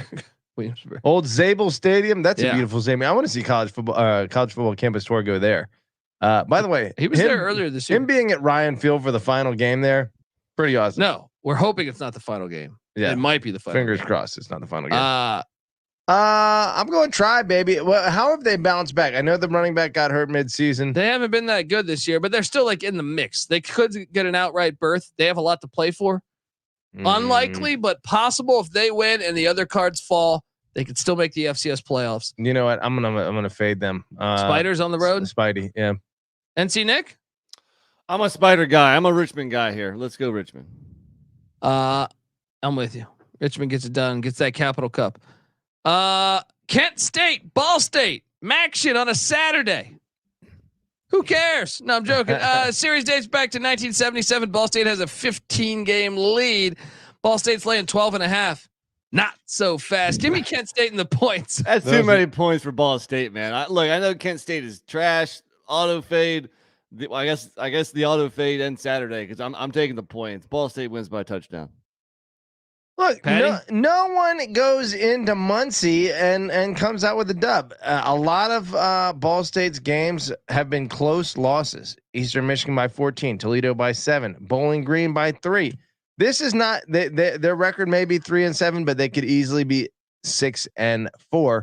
Meanwhile, 1-9 Kent State, not so fast. We are all over Ball State in Muncie. Speaking Mac, that was a huge call in the Buffalo Miami game where the touchdown was overturned and therefore Miami Ohio is going to cover. It looks like. What a crock of shit! I didn't even see it, but it's a crock of shit. So that puts them that puts them in the conference championship game, though, right? Yeah, Toledo. How about that Toledo game last night? That game was insane. Toledo, Bowling Green, Toledo battles. They were down 31-10, I think it was. They win 32-31. That's the battle of the I-75. See, that's Colby Dan. I was dialed into the basketball game that Nick was at. YouTube TV has multi-screen cast. It's fantastic. Sometimes it's nice to just watch one TV. I kind of agree. I completely disagree. Everyone, I couldn't disagree more. Well, the quad box to have the 4 games up, or what do you want to listen to your game on radio too? Hey, let me ask you this: were you here or were you at home? I was at home. I don't like the quad box, but I do like the studio here. There's no distraction with the 9 TVs, but splitting it up 4 on one TV, I find it distracting. No, wrong. All right, next up. All right, what's up next? We got maybe the best game all Saturday. This series goes back. It goes back to 1897. And the winner wins the Big Sky Championship. The Brawl of the Wild. Montana State at Montana. Whoo! With the add-in of the winner wins the Big Sky. Oh, I should have done this fantastic. A long time ago. I'm pulling up the. This FCS. Is fantastic. This is fucking fantastic. This is the game. The FCS preview show here. All right. Well, you got to crowbar these in. These are since the SEC's taking the week off. We figured we'd give some meaningful games. Well, what side I'm going, Colby, right? This is in Missoula, buddy, and I'll have you know, Montana State a short favorite on the road, mainly because pre-Bobby Hawk. Montana State's had their number 5 of 6, actually, with Bobby Hawk in there too. But I'm on the Grizz. Yeah, that little hippie town in the mountains. No thanks. The real people of Montana are Bobcat fans. Let me go Montana State. Whew. Patty C, what are you doing here? I didn't realize there was a nose in the air team in Montana and a hardworking people's team in Montana, but apparently that's the case in every single state in America. I'm gonna go with Nick. I'm going Montana State here. Get the dub, Brawl of the Wild. That might be on the main fucking screen here. All right. La Tech heading to Jacksonville State. Rich Rod, he lost his appeal today, or whatever the fuck you want to call it. This series dates back to 1939, believe it or not. La Tech has a 1-game lead. Jacksonville State's laying 8. I'm going to lock up Jacksonville State -8. They get the fuck you from the NCAA. I've been telling you this last week when Sam Houston State won on the money line. La Tech is one of the 5 worst teams in America. Jacksonville State's going to lay it on them. NC Nick, what are you doing here? I do like that extra motivation that, the ruling did not go in their favor. So they're out here to prove a point. I'll go Jack State as well. I don't know that it makes any difference to them because they're probably just waiting on, enough teams to lose so that they get bowl eligible anyway. They've been playing pretty good ball. They are capable of blowing out teams. So I'll lay 8. I'm not. They're gonna fuck them up, dude. I'm telling you this. You should lock this. You should Louisiana follow Dundee. Tech 3-8. They suck. They shouldn't even be 3-8. They should have lost at the airport. Week 1. I mean, getting rolled, letting Sam Houston hang 42 on you. That should maybe the lock is the right move here. Should I do it? Yeah. Don't be a pussy. Yeah, Rich Rod. He's my guy. We're going Jacksonville State. And one of Rich Rod's final games before he becomes East Carolina's head coach. I like it. Hawaii. They have a name for this one. They call this the Battle for the Paniolo Trophy. All right. Series dates back to 1978. Wyoming has a 5-game lead. It's in Laramie. You could never have convinced me that Wyoming and Hawaii have anything enough in common to deserve it to be a rivalry game. That's why the trophy's there. That's why it's a rivalry. They don't have anything in common. This is just like that's why it fits. Okay, it's like a pilgrim. It's like a Thanksgiving thing. Yeah, this should be on Thanksgiving weekend. It's like Pilgrims versus Indians. Yeah, I don't know Hawaiians against Wyomings. Yeah. Look, Wyoming is laying 13. I'll lay it with Wyoming. That cold weather, fuck that altitude. NC Nick and Hawaii just celebrated. They beat Air Force. Huge win. What are you doing here, NC Nick? Yeah, I caught the tail end of what you're saying. We're still having some technical difficulties, so apologies, listeners and viewers. But I agree. I think this is the game where Hawaii wants nothing to do with going into a cold and windy Wyoming. I think you go Cowboys here. Patty C. They haven't been playing as well as they were earlier in the season, but I do have to lean Cowboys here as well. Cincinnati, West Virginia. This is a rivalry game. They even have a Wikipedia page and everything. Really? Yeah. Series dates back to 1921. The Bob Huggins Bowl. Dub V has a 13-game lead. West Virginia's laying 6.5 against Cincinnati. I am locking up West Virginia -6.5. Cincinnati, we know. Patty C. sprinkled fairy dust on this team in the preseason. Look, they still could go 5-7, which would only be a half game. Dude, off. West Virginia's going to win by 21. I do think West Virginia will win this game pretty handily. NC Nick, what are you doing here? Yeah, I mean, I do like the bounce back spot here for West Virginia. I'm gonna lay the points. I don't feel great about it though. Another thing in their favor is that this is the second of back-to-backs for Cincinnati. Kind of tough road trips at Houston, at WVU. I'm gonna go Mountaineers. Yeah, I mean, just based on the results of the previous games, you'd be stupid to not take West Virginia here. Morgantown, you'll always be still sweet home to me. So I'm gonna look up something real quick. Cincinnati, the number 25 offense in the nation, and the number 53 defense in the nation. That does not scream 2-8 to me, or whatever they are, 3-7. But somehow they're a stat sheet hero. Oh, they just managed to shit the bed. So 6.5 isn't too many. I'm sure West Virginia will cover that. Utah, Arizona, both teams ranked. What's happening here? Old whack foes back in the day. Series dates back to 1924. Utah has a 7-game lead. Arizona and Noah Fafita are a 1-point favorite. And I think they cover the one. Tucson's going to be lit, in Arizona is a wagon right now. NC Nick, what are you doing here in Tucson? Yeah, they're playing great, but this is a program play for me. Utah, I mean, how many times in the last 3 years, 5 years have they lost back-to-back games? They're officially eliminated though. We haven't seen them officially eliminated by this point. Well, I don't think that matters. Pac-12 this good either. Utah's not going to quit. Well, yeah, I mean, I like the Utes here. The losses are to at Oregon State, against Oregon, and at Washington. You know who's better than Oregon State? Arizona. They proved it. That's why they lose in Tucson. They won by 3. Prove it. But this is in Tucson. This is not in Salt Lake City, where I would be on Utah. Oh, true. Yeah. No, I'm on Utah. Yeah, I can't wait. Utah was damn close to beating Washington in Seattle last week. Yeah, it's not much of a money line play when it's only a 1-point spread, but Utah's going to win. Keyword in fact, I guess you have to take the money line if you're going to favor Utah. Keyword is last week. NC Nick said last week they were in Seattle. There's a back-to-back away. I'm locking Arizona -1. This is a heater song. I have to dance to it. Texas State. The Armadillos, they used to be called the Armadillos. Now they're the Bobcats, apparently. They're laying 3.5 in Jonesboro. Series goes back to 2013. Ark State has got a 6-4 all-time lead. Were they actually the Armadillos before? No, that's just the movie. Okay.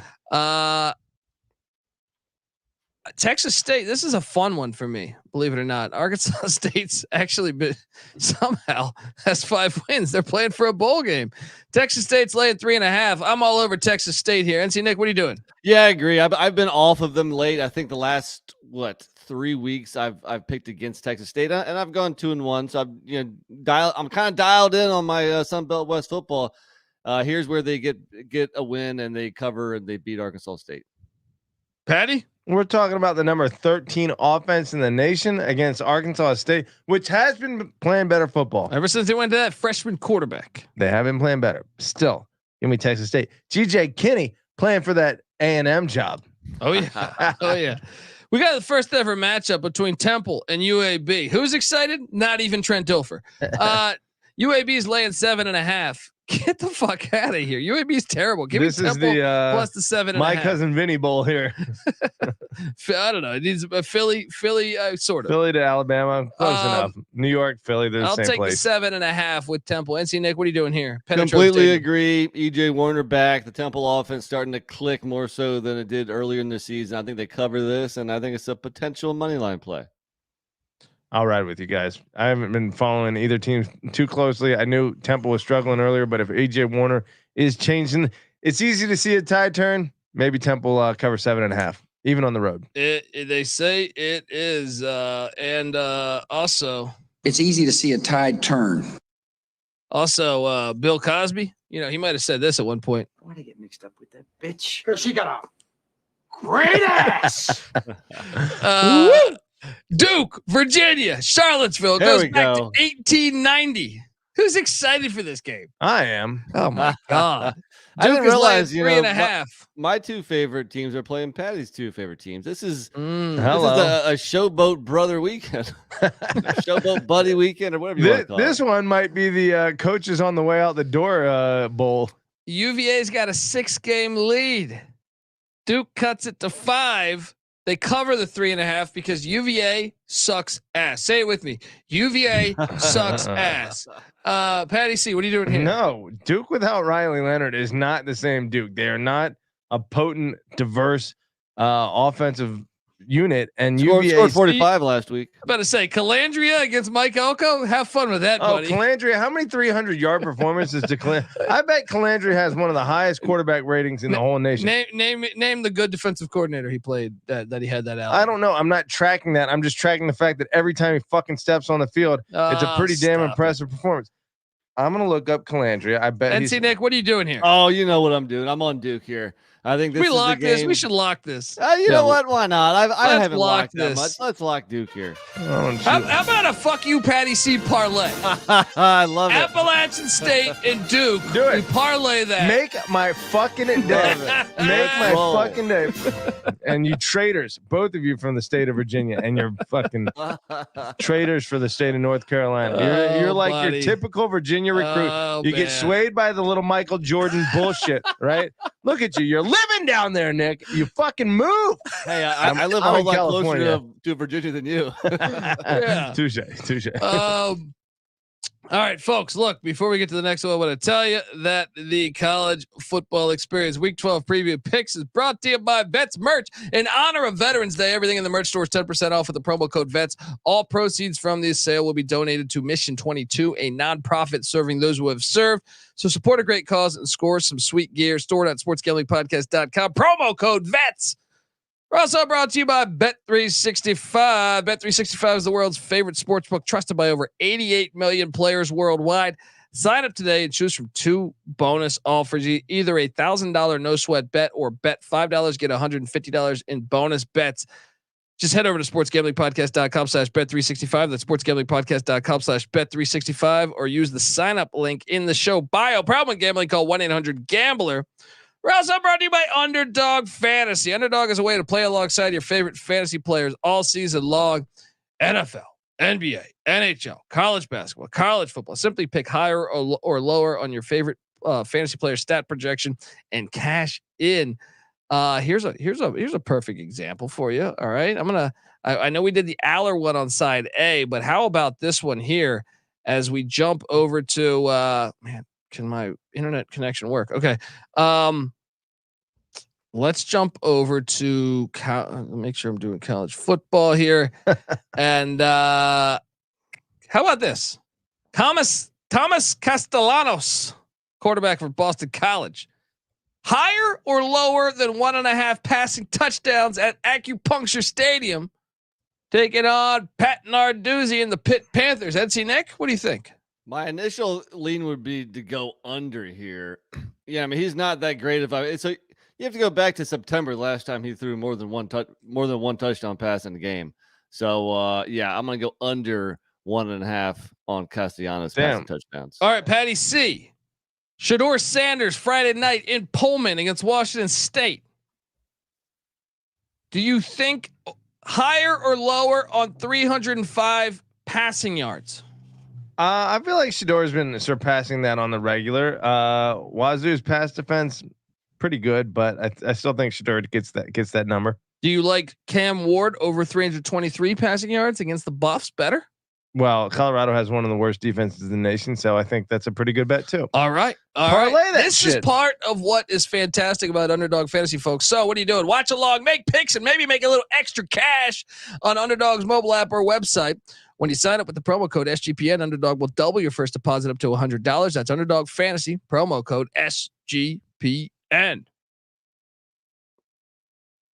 All right, we are back on the college football experience. Week 12 preview and picks.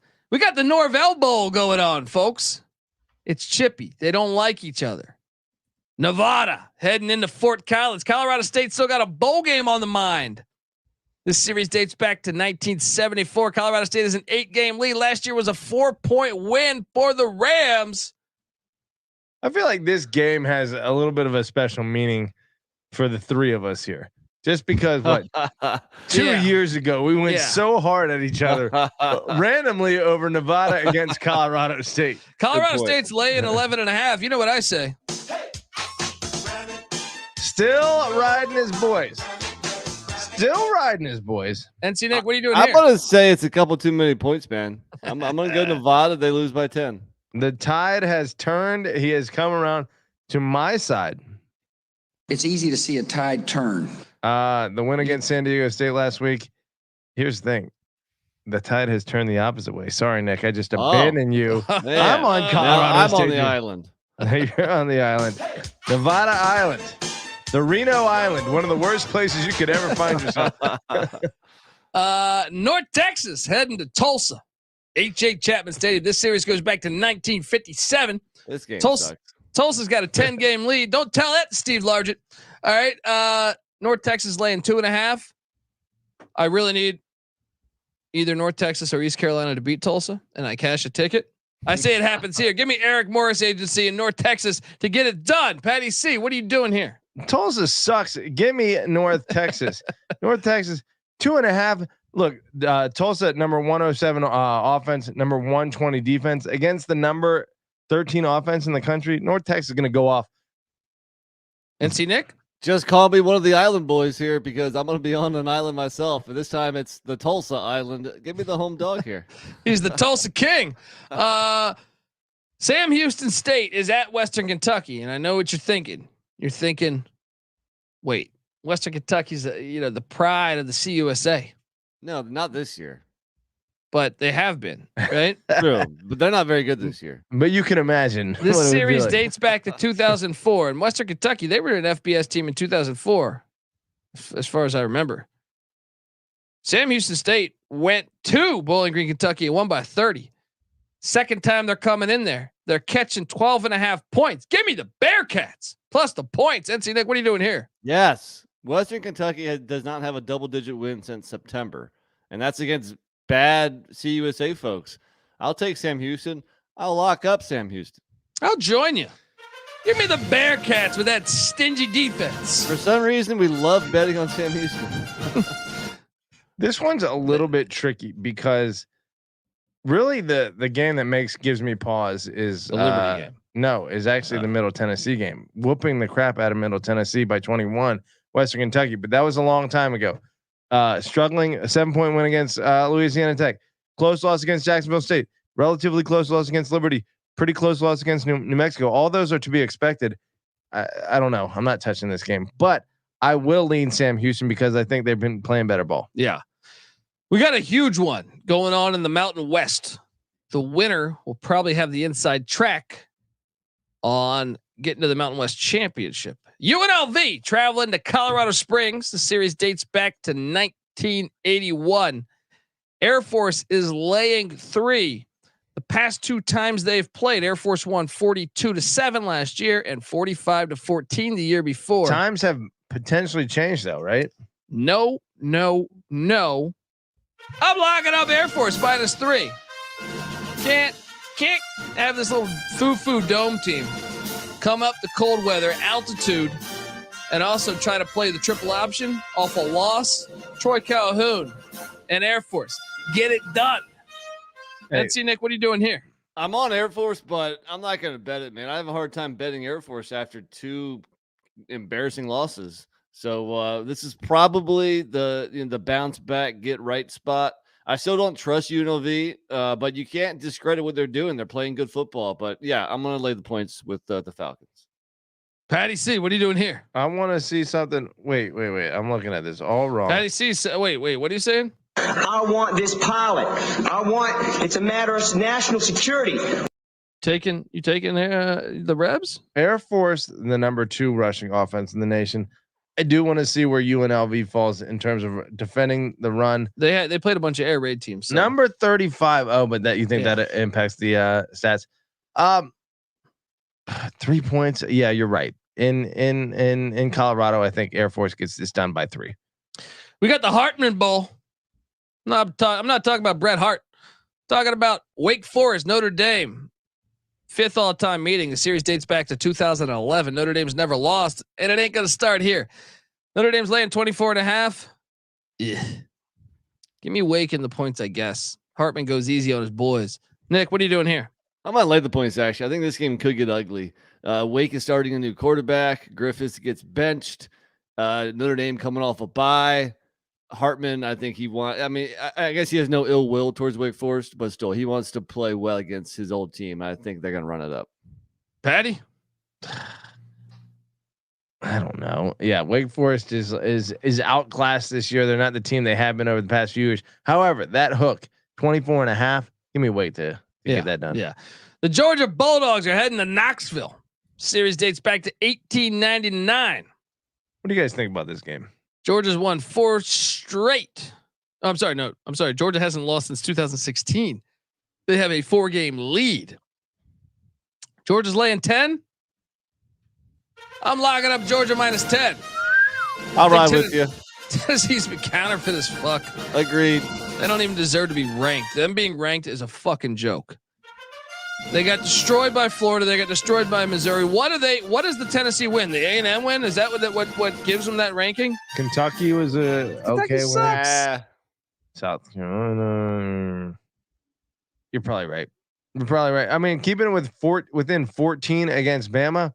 Is Bama of a similar quality? Still, it's only 10 points. However, where was that Bama game played? That was in Tuscaloosa. This one is in Neyland. You got to feel like they're going to be super up for this Joe game. Milton in a big game faded. I don't know, man. I just Georgia has looked better. That's the only thing that scares me. A couple weeks ago, Bowers is back, buddy. I don't give a fuck about Bowers. A couple weeks ago, I would have taken Tennessee, but right now I have to agree with you. I got to go Georgia. Louisiana heading to Troy, Alabama. The series dates back to 1946. Troy has a 1-game series lead. Troy is laying 16.5. Too many points. Raging Cajuns cover. NC Nick, what are you doing here? No, I'll lay the big number with Troy. They are on a mission. Look at their last 5 games. It's blowout city. They continue that stretch. Patty C? They are having a pretty great year. I mean, just got throttled by Kansas State and lost to JMU. That's their only 2 losses. Other than that, been on a hell of a win streak. Would you call Troy a wagon? What is a wagon? What the fuck is a wagon? Can someone tell me? Got 4 wheels. You can jump on it and go for a ride. Alcoholics have a hell of a time with it.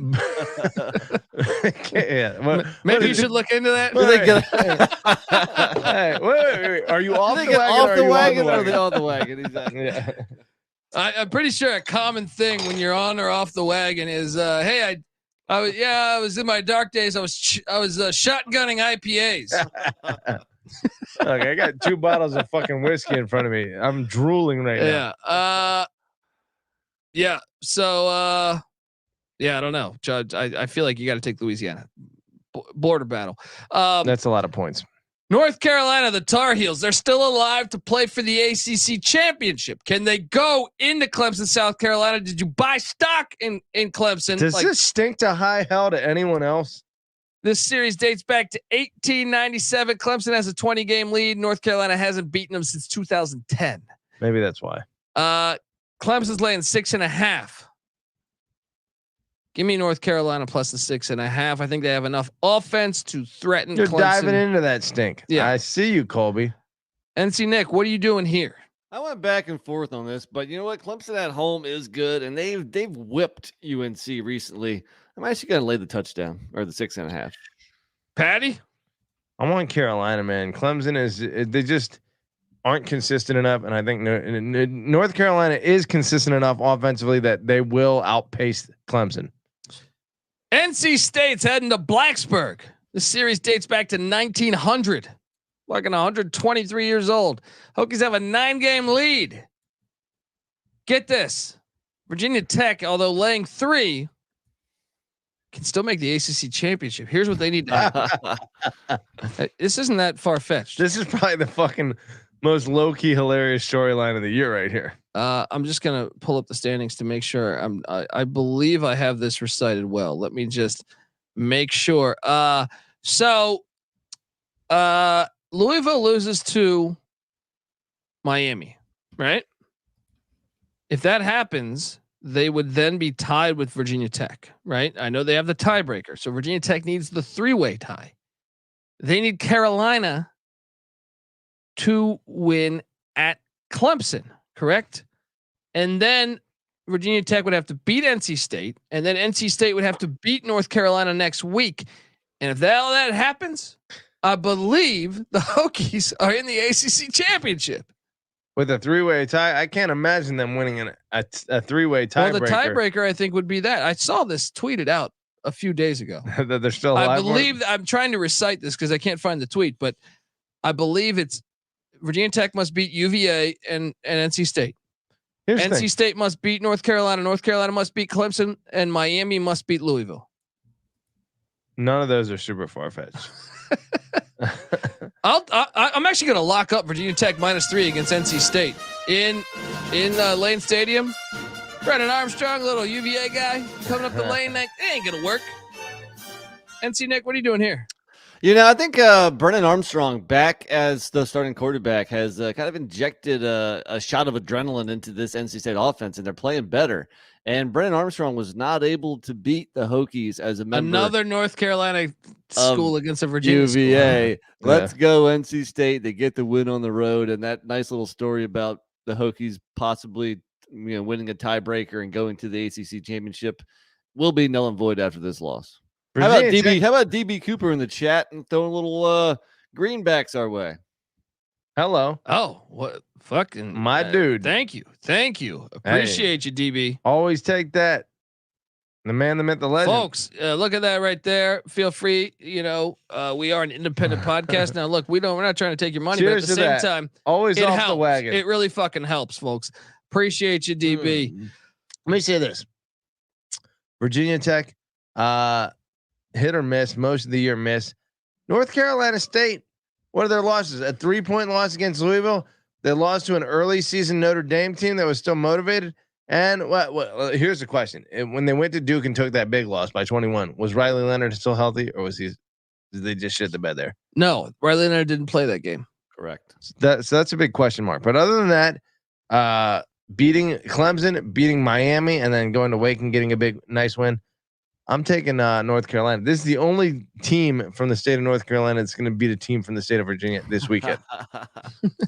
All right. Baylor heads to Fort Worth, Texas. The series dates back to 1899 as well.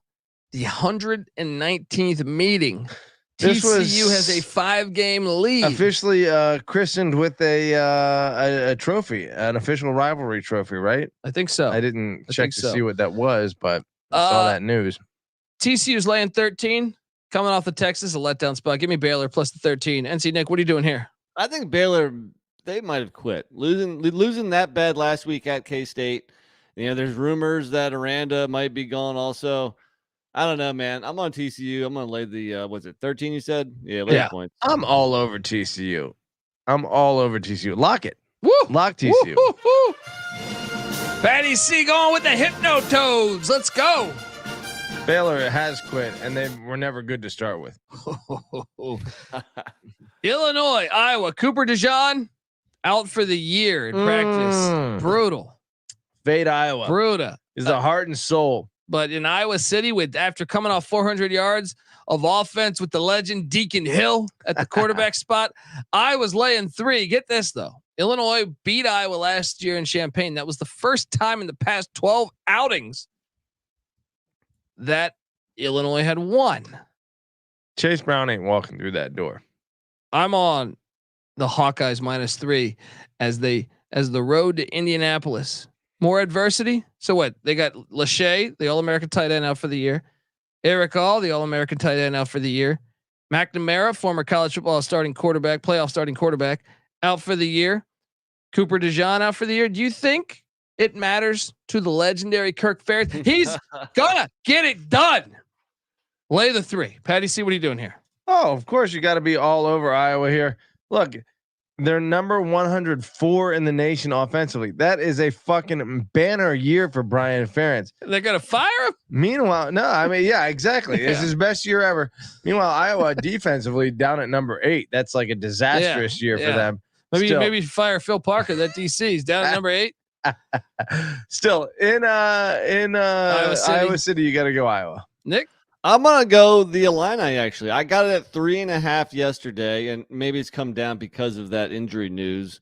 But and look, in this type of game, a half point might actually make the difference. But let me still ride with the Illini. Maybe Iowa wins it, but maybe by only a point or 2. UCLA heading to the Coliseum to take on USC. Officially crank through this shit. Time, right? Or do we have time? Yeah, let's do it. What do you mean? We're at 151. Yeah, let's rock. Well, we're at 7:39 though. We got about 20 minutes, 30 minutes, something like that. But the battle for the victory bell.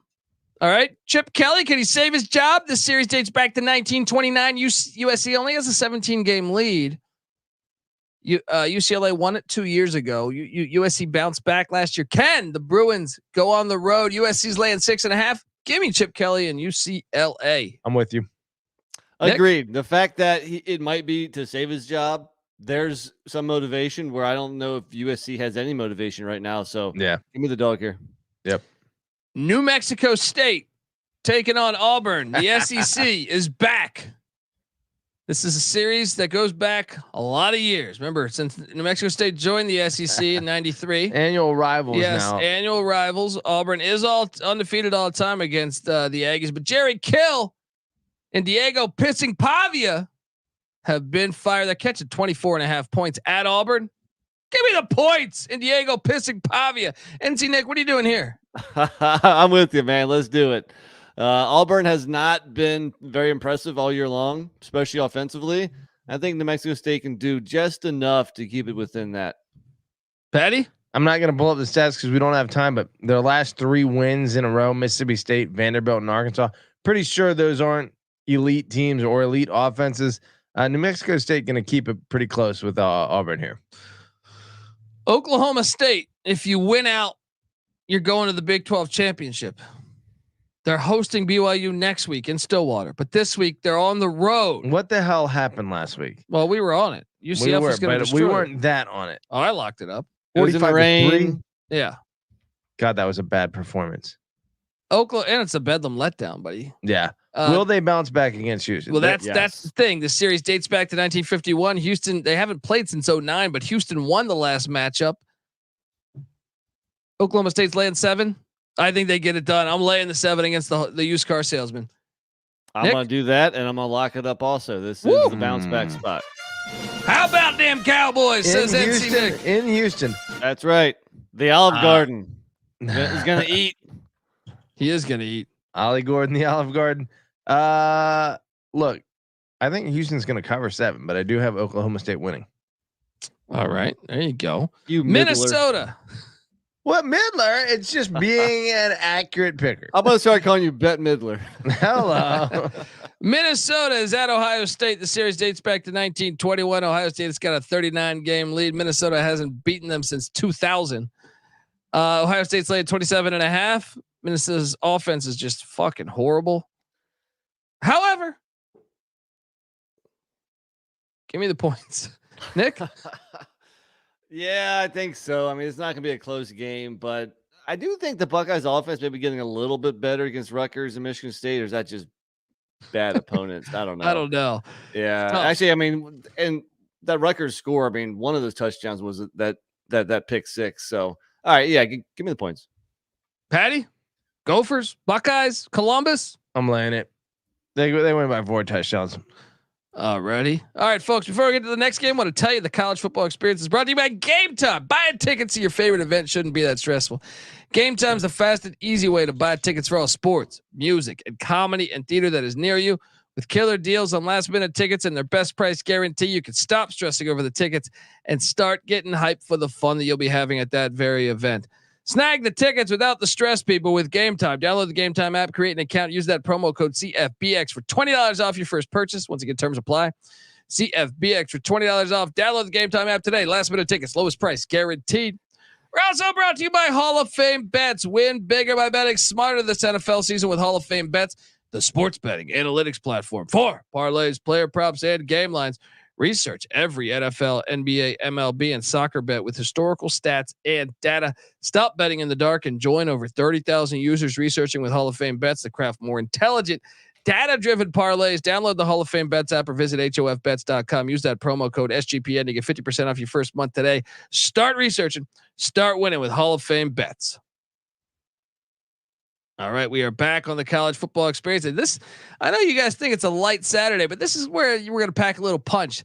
The Ducks are heading to Tempe, where Arizona State's won 2 in a row in the desert, almost 3 in a row. This game's kind of fun. Yeah, almost 3 in a row. Three matchups ago, Oregon won in double overtime. You don't see a whole lot of ducks in the desert. Just saying. Ducks can't fly in the desert. That should be a quote. You know what I mean? You know who said that? That was another one of. It should be Kenny Dillingham. That was Gandhi said that. Gandhi, yeah, that's Ducks right. Ducks don't fly in the desert. Mark Twain. I was looking for Mark Twain. I couldn't think of it. This series goes back to 1966. Oregon only has a 2-game lead, and like I said, I mean Dillingham was Oregon's OC last year. If he's going to know the weaknesses, play that clip. Yeah, if he's going to know the weaknesses, you know. Because I understand how the bastard thinks. I taught him. Now I own one. Arizona State just won in the Rose Bowl. Dude, they're buying in. I'm taking the points. I actually think it's going to be a tougher matchup than people think.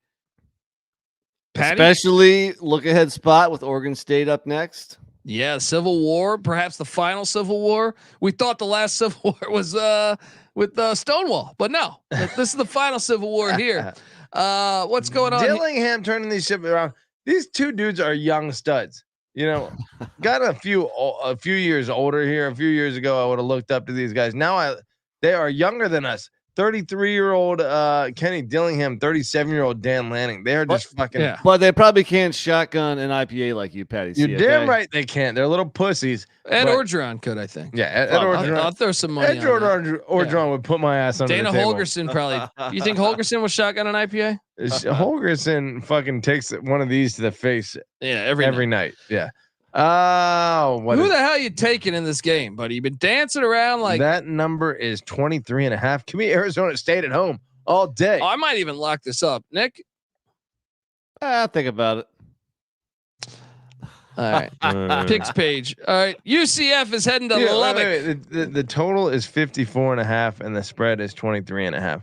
So what does that make? What does that make that score? 54 minus 23 and a half, though. That's where it gets tricky. That is where it gets tricky. Someone in the 30. They're expecting Arizona State to do nothing in this game. I guess Oregon's defense is pretty good. I think Arizona State's offense is coming around. Yeah, I do too. And I think Oregon on the road, not the same team. True. UCF in Lubbock, first ever matchup. Texas Tech's laying 2.5. Texas Tech's 5-5, bowl game in mind. I think they get there. I'm laying the 2.5 in Lubbock. NC Nick, what are you doing here? Yeah, I think this is the perfect spot where you just kind of blindly ride with the home team. Give me the Red Raiders. Patty? Again, I must look at one thing real quick. UCF, number 8 offense in the nation. Hard to ignore what they did last week. However, Texas Tech been great at home. I am going to take Texas Tech to cover 2.5. Marshall traveling to Mobile, Alabama to take on South Alabama. First ever matchup between the two. South Alabama's laying 10.5. I'll lay it. NC Nick, what are you doing here? Yeah, I didn't know exactly what to do here. I mean, Marshall finally snapped their losing streak. I think they lost like 5 in a row, but last week they go home. They beat Georgia Southern. Well, you know what? They're back on the road. I'm going to lay the points with the Jaguars. Patty? I'm all over South Alabama. It is 10.5. It's a kind of a big number, but Marshall on the road has not been good.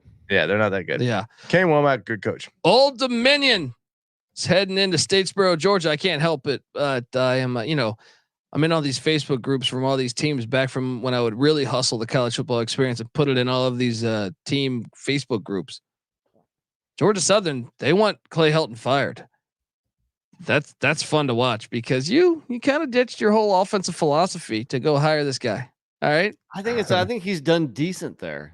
Well, 6 and 7 last year. Ain't gonna cut it. His first year. Ain't gonna cut it. It takes a while to get away from the triple option. Ain't gonna cut it. And bringing in Davis lawn chair Brand. They're 6-4 right now. Give me ODU and the points. I think they can cover this. Give me the 6 with the Monarchs. What are you doing here, Patty C? I got to disagree with you. I think ODU's been looking like ass lately. We are going Eagles all day. Second half of a back-to-back for ODU. Meanwhile, Georgia Southern comes back home after they just did the same. I like the home team here. Lay the points. See, the thing is, Georgia Southern they always start off hot, but they get shitty as the season goes along. And that's what I think the fans are upset about. Cal, Stanford, the big game, the battle for the Stanford X, the greatest play in football history. It is a disgrace. Fuck Notre Dame for putting this the weekend before Thanksgiving. Yeah. Instead of the weekend after. This should be the final game of the season every year. When Notre Dame played USC and Miami and alternated between those, this was the last game. This rivalry, low key, amazing. Yeah. Series dates back to 1892. They are involved, in my opinion, in the greatest football play of all time. Stanford has a 15-game lead. Cal's laying 6.5. Give me Stanford in the points. Troy Taylor knows a thing or two about this game. No, you're wrong. Okay. Cal. Nick, what do you got? I'm with Colby. I like getting down on a home dog, and that's what we got here. Especially I feel like Cal's just been the better team all year long. Sure, they're a home dog. Throw out the records. A rivalry game, whatever. It's a rivalry game. Cal's a much better team. Take the points. Sunflower Showdown, Kansas State at Kansas. The Governor's Cup on the line. Now I'm curious to hear your take. Series dates back to 1902. Well, look, Jason Bean got knocked out of the game. He's questionable or he's probable. Kansas State's laying 7.5. Lay it. Wow. If Colby's saying lay it against Kansas, lay it. Kansas State's whooping ass right now. And by the way, Kansas has won 4 times against K-State since fucking 83 or something. 93. Yeah. Leipold and Kleiman, two pretty. Kansas coaching right now is pretty elite. I don't know if we've ever seen it this good. What are you doing, Patty? Maybe with Mangino and Snyder. Yeah. I guess I'll roll with you. I don't feel great about it though.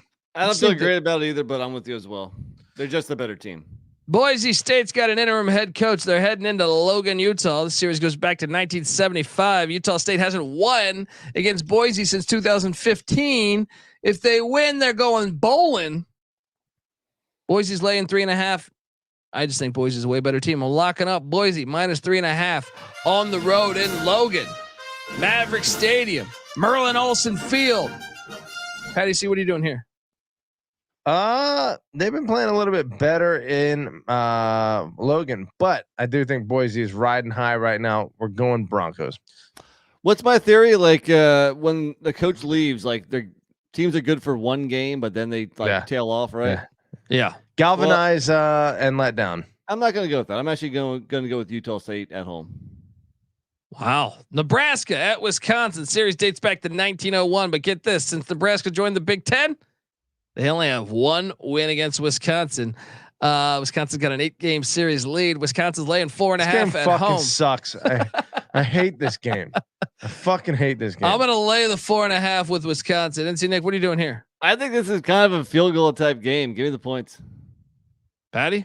At least Matt Rule is trying to make Nebraska what they're supposed to be. But Luke Fickell getting Phil Longo and making Wisconsin a complete bastardization of what they should be. I'm rooting for Nebraska, so I'm going to take Nebraska. Maybe the game of the day. The Washington Huskies are heading into Corvallis. Let me say this. College GameDay is going to Harrisonburg, Virginia. It 100% should be. Do you know why they're not Corvallis? Though? Because ESPN was the driving force behind Oregon State and Washington State not being a part of the pack. This is like not. This is the ultimate slap. It's the best in the game face. of the best game of the week. And ESPN, you suck ass. It's the story of the season. Look, you have turned into bullshit. You used to actually honor college football. Before now the season, selective bullshit. We called Oregon State America's team. Oregon State is still America's team, and this is the fucking moment where they prove it. They're going to beat Washington. They are, and the series dates back to 1897. Last time Washington played in Corvallis, they lost. It ain't happening. I'm locking up Oregon State -2.5. Play the song, boys. Beavers get this done at home. Triple lock. Triple Play lock. that there song. we go. They're gonna nice whoop their Beaver. ass. Let's go. I mean, this is just ridiculous that they couldn't do that. They could all because you're fucking. Let me tell you what. There it is. Here's another little nugget to put you you they guys won in court. Wazoo and Oregon State won. Well, now it's going to be appealed. Maybe that's a reason that JMU deserves college game day is because JMU just lost from the fucking NCAA rule against them. Meanwhile, Oregon State and Wazoo gain a lot, but they still don't have a schedule. They're still they have one opponent out on the schedule. Yeah, look. It's going to mean so much to them. 4:30 p.m. kickoff. This game's awesome. It's going to be fucking awesome. Fucking game. But what do you think? What's the final score here? Dude, I think Oregon State's going to fuck them up. 27. I think the energy in this stadium, is going to be too much for Washington. They're going to shut down that offense. Close. 27-17 Oregon State. Yeah, something like that. 38-30 Oregon State wins. Okay. I'm on board. The airport and Mike McIntyre are heading into Fayetteville with Sam Pulled Pork Pittman. Series dates back to 2007. Arkansas won by 48 that year, but there was no Coach Mack on the sidelines here. Arkansas's laying 29.5. Lay it. What are you doing here, Nick? I'm going to take the points. I mean, Arkansas is funny in these games. They only beat Kent State 28-6 earlier this year. I want to say last year. You sold me. Oh, that didn't take that much. Last year they only beat Liberty by 2. I mean, Liberty's much better than some of those teams. But I feel like Arkansas just like sleepwalks through some of these. Weren't you just defending the shit out of Mike McIntyre on Twitter today? Yeah.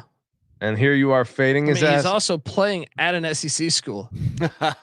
I'm on Florida International. If it was Arkansas State, might be something. I'll take the airport. You swayed me. Arkansas's offense sucks. Florida at Missouri. Series dates back to 1966. Get this though. The series is all tied up. And get this, since joining. What? That's wild. I can't believe joining the SEC. Florida's never won there, right? Yeah, they suck in Columbia. I think they won once actually. Wow. And it's reflected in the spread. 11.5 Missouri's favored by over Florida. I don't know if I've ever seen that in my lifetime. This is a hard one. Lay it. I'm going to take the points. I think that big win over Tennessee, Missouri comes out a little flat. Might be right. Missouri you might be can right. Still win by 10 comfortably, but give me the points. Give me the points. No. You're both wrong. Missouri is going to just body blow and then fucking knock out Florida. They're a much better team.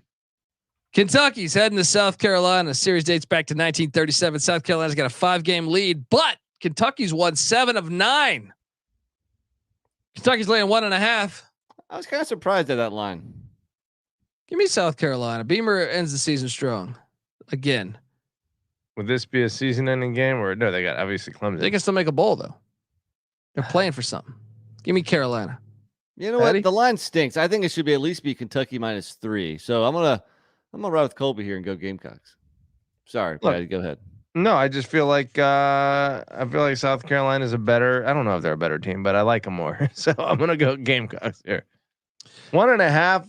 Kentucky's favorite on the road. That seems about right. I wouldn't touch that. Larry Lamar in the chat saying Patty C twisted like a bag of ropes. I love it. Hello. You know you're an alcoholic when Guinness Extra Stout starts tasting like Kool-Aid. This is so sweet.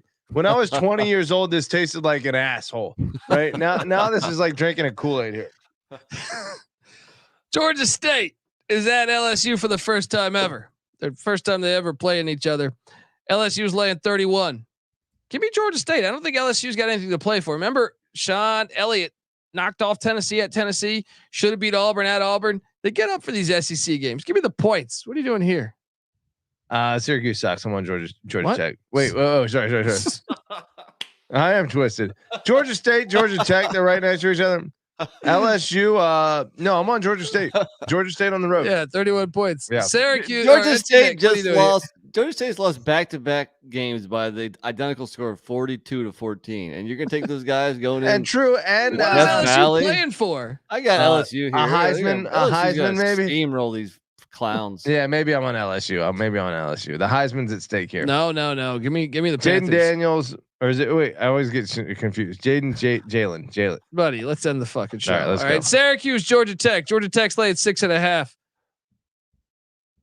Dino Babers coaching for his job. Get it? You win this, you're in a bowl game. Georgia Tech, you win this, you're in a bowl game. I'm on Tech. I'm on Tech too. I didn't know what to do here. Yeah. Give me Georgia Tech. Texas. This is the one I'm interested in hearing your opinion on. Texas is going into Ames. Series dates back to 1979. Look, what if I told you since 2010, Texas is 3-3 in Ames, and even those wins by 1 point, by 3 points, by 10 points, and Jonathan Brooks is out for the year. Like Texas doesn't have another running back like not as good as him though. Yeah, I know, that's true. Still. That's true. And I remember the time that Sean Mitchell got injured and they went to Priest Holmes and then Ricky Williams. And I was like, holy shit. Yeah. Ricky Williams, third stringer. Iowa State money line play. Locking it up. I like it. You know, I'm not going to lock it, but you know, Iowa State can still play in the Big 12 championship. Like this is they win this. They have the tiebreaker on Texas. Let me say this. Let me say this to our audience. We have faded Texas it hit last week. It's hit the last 2 weeks in a row. Yeah. What are you talking about? What I'm saying is it hit with Houston too. I feel like 3 out of the last 4 it's hit. We money lined against Texas, and yeah, that they should have lost hit. last week. And the one time we were on, they lost to Oklahoma. Maybe fade them, but maybe don't money line against Texas. No, money line this. Second end of a back-to-back. Iowa State, the much better coach. The history in Ames. Just saying, the history of our podcast. Trying to money line against Texas hasn't been that good this year. We want them to lose. Been pretty damn close. Been pretty damn good over the past 5 years. Only counts in horseshoes and hand grenades, and certainly doesn't count. They're losing this money game. lines. Rocco Beck is gonna get it done. I hope you're right. NC Nick, you're on it, right? Yeah, I'm with you. Yeah, let's go. New Mexico is traveling to Fresno, California. Series goes back to 1947. Fresno's got a 10-game lead. Danny Gonzalez pretty much going to be the next coach fired. Fresno's laying 23.5 after they got their ass whooped by San Jose State, which I told you clowns. Fresno's going to respond and put it on New Mexico. Yes. Completely agree. New Mexico last week at Boise, now at Fresno. Damn, that's a tough little stretch there. I like the Bulldogs here all day. Final game on the slate, San Diego State taking on San Jose State. Series dates back to 1935. San Diego State's got a 4-game lead. So here's what's interesting that I see right now. You know, everybody wanted to count out San Jose State, but don't look now. They win this, which I think they will. That's why they're 14.5 point favorites. Then they play UNLV next week, and the winner of that potentially playing for the Mountain West Championship because San Jose has the tiebreaker on Fresno. So if UNLV beats Air Force, or even if they don't, San Jose State wins next week and this week, they can be in the Mountain West Championship. They get it done. They win. They cover the 14.5 because San Diego State sucks ass. What are you doing here, NC Nick? Dude, the Spartans are rolling. 4 wins in a row, all blowouts. Yes, they're going to win this. They're going to cover. I'm tempted to lock this as well. Kyrie Robinson, 8th in the nation in yards per attempt, 3rd in the nation in rushing touchdowns. I'm all over San Jose State. Let's end in a bang. I'll lock it up. No, that's just it's the hook though that scares me. Yeah, 2-man lock. Let's see garbage. No, I'm not going to lock it. NC Nick can lock it. NC Nick can lock it, and I just did. Let's go. Oh, boom! There we go. Sparty minus 14.5. Spartan Stadium, San Jose, California. Folks, this is the College Football Experience. Subscribe. We are back tomorrow morning with the DFS show. Back tomorrow night with a FCS Week 12 preview and picks. Remember, Selection Sunday for the FCS playoffs, a real playoffs, not like this bullshit we have in the FBS. And folks, yeah, give us a follow on Twitter at TCE on SGPN. I'm on Twitter at TheColbyD. NC Nick's on Twitter at NC__NICK. Patty C's on Twitter at PattyC831. Follow away. Also, check us out, youtube.com/the college experience. I'll be back in about an hour and a half with our basketball show. Every single night we're talking on the College Basketball Experience. We talk hoops every single night of the season. Check it out. And folks, also check out the College Baseball Experience. Myself, Noah Beanick. That goes into full swing in February. The Big 12 Experience is rocking year round, talking Big 12 stuff with Moneyline Mac. Check out that, and check out the Sports Gambling Podcast live from Las Vegas every Friday night, 9:00 Pacific, midnight Eastern on VSiN. You have YouTube TV. You have VSiN, Brent Musburger's network. Check out the Sports Gambling Podcast also in 26 minutes. Folks, until next time, this is the College Football Experience. You better start thinking about yours, and we out of here. Run and shoot. We can really run and shoot.